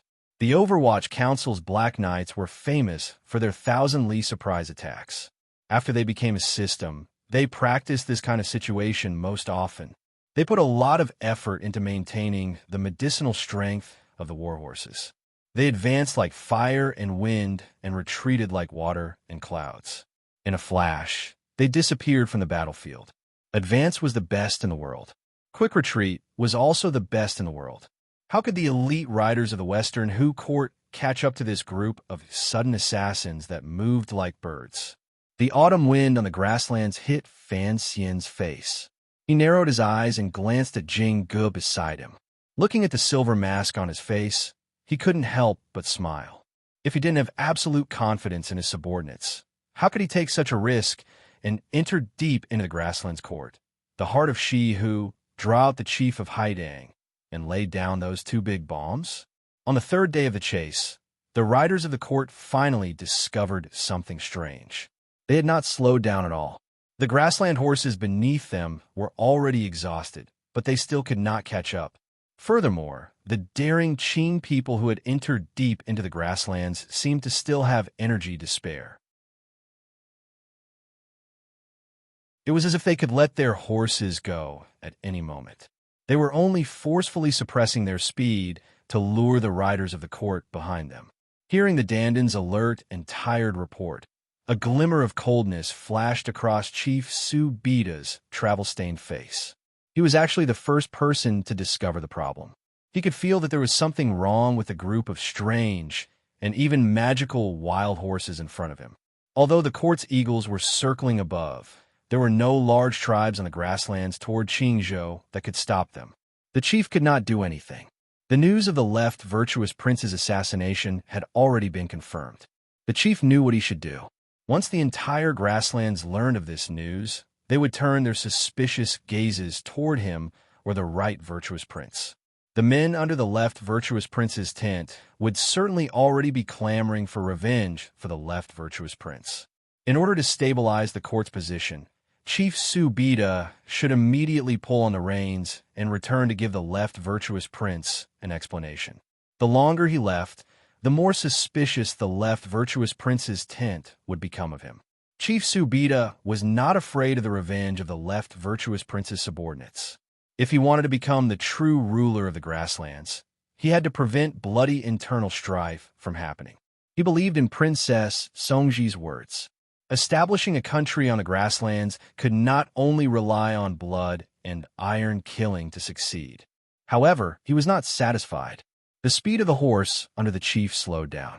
Looking into the distance, the herd of wild horses that seemed to never feel tired, he sighed in the depths of his heart. He was unusually dissatisfied. All of the court riders stopped and turned their gazes toward the great chief. They didn't know what to do next. Should they continue this futile chase or go back? They all knew that the grasslands seemed to be a bit chaotic. If they just went back like this and watched as the Qing people came to the grasslands to strut around, they were truly dissatisfied. Chief Subida was also dissatisfied. As the master of the grasslands, sometimes he had to suppress the anger in his heart and choose the most correct path from the perspective of profit. He waved his hand gloomily, indicating for the court riders to turn their horses around and prepare to return to the court. At this moment, a burning anger suddenly rose in his eyes. The moment the Western Hu riders stopped their pursuit, the deserters in front of them also stopped. They stopped on the shallow meadow and looked back as if they were waiting for them. What kind of humiliation was this? The chief gritted his teeth and narrowed his eyes. A moment later, the expression on his face relaxed. Coldly, he said, "Go back. They won't fall for it." Jinga glanced at the commissioner, whose head was covered in sand, and said, "Looks like they won't chase anymore." Fan Xian spat out the sand in his mouth and furrowed his brows. His mood relaxed slightly. The situation at hand appeared to be easy for him and the deserters. Only they, who were being chased, could feel the terror of the Hu riders. The elite riders of the Western Hu court truly gave the Black Knights a great deal of pressure. Just in terms of speed, the Western Hu riders were indeed the most powerful in the world. They were far more powerful than the riders of the Wei Kingdom in the past. The Black Knights appeared to be running freely, but in reality, they were in a sorry state. If the court riders could hold out for another 2 days and wait for the medicinal power of the Black Knights' war horses to gradually wear off, Fan Xian would probably be in deep trouble. The reason Fan Xian had not had the Black Knights run wildly was because he wanted to put on a confident appearance and strike at the confidence of the chief's court riders. Looking at it now, this plan seemed to be working. Furthermore, Fan Xian knew that a person as ambitious as the Western Hu chief would not let anger get to his head and only care about chasing him. He would not care about the chaos in the court or the uprising on the grasslands that the left virtuous prince could cause. A few li behind them, the court riders gradually organized and retreated. Chief Subida fell at the very back. The setting sun shone on the light armor on his body and reflected a faint light. He still looked as cold as ever. Fan Xian spat out the last bit of sand in his mouth and said, "Presumably, I left a deep impression on him this time. When we fight again on the grasslands, he will certainly not carelessly fight in the open. Scaring him off is good." Jinga glanced at him and said, "However, the Crown Prince has set up an ambush at the mouth of Hong Mountain for a dozen days and still hasn't seen the chief arrive. I'm afraid he will be disappointed. Please, this is the master of the grasslands." Fan Xian narrowed his eyes and looked at the figure of the chief standing alone on the grasslands in the distance. He grinned and said, "How could he be so easily killed by my schemes? Some people suggested pushing down Haidang and taking her home, thus solving half of the Western Hu problem. However, it did not seem very good. The 10,000 iron riders that the Ka-Erna court could influence were still on the grasslands. Fan Xian could not take them back to the Qing kingdom. Most importantly, if Fan Xian dared to force his way through, he would probably spend the rest of his life being hacked at by Haidang with a knife, shivering, and being hacked at by a top ace every day. This kind of life was truly terrifying. Frankly speaking, if she was not willing, Fancian would not do it. Basic respect was still necessary. You're tuning into the Warrior Lore YouTube channel. Don't forget to subscribe and join us on this journey to catch the most captivating stories.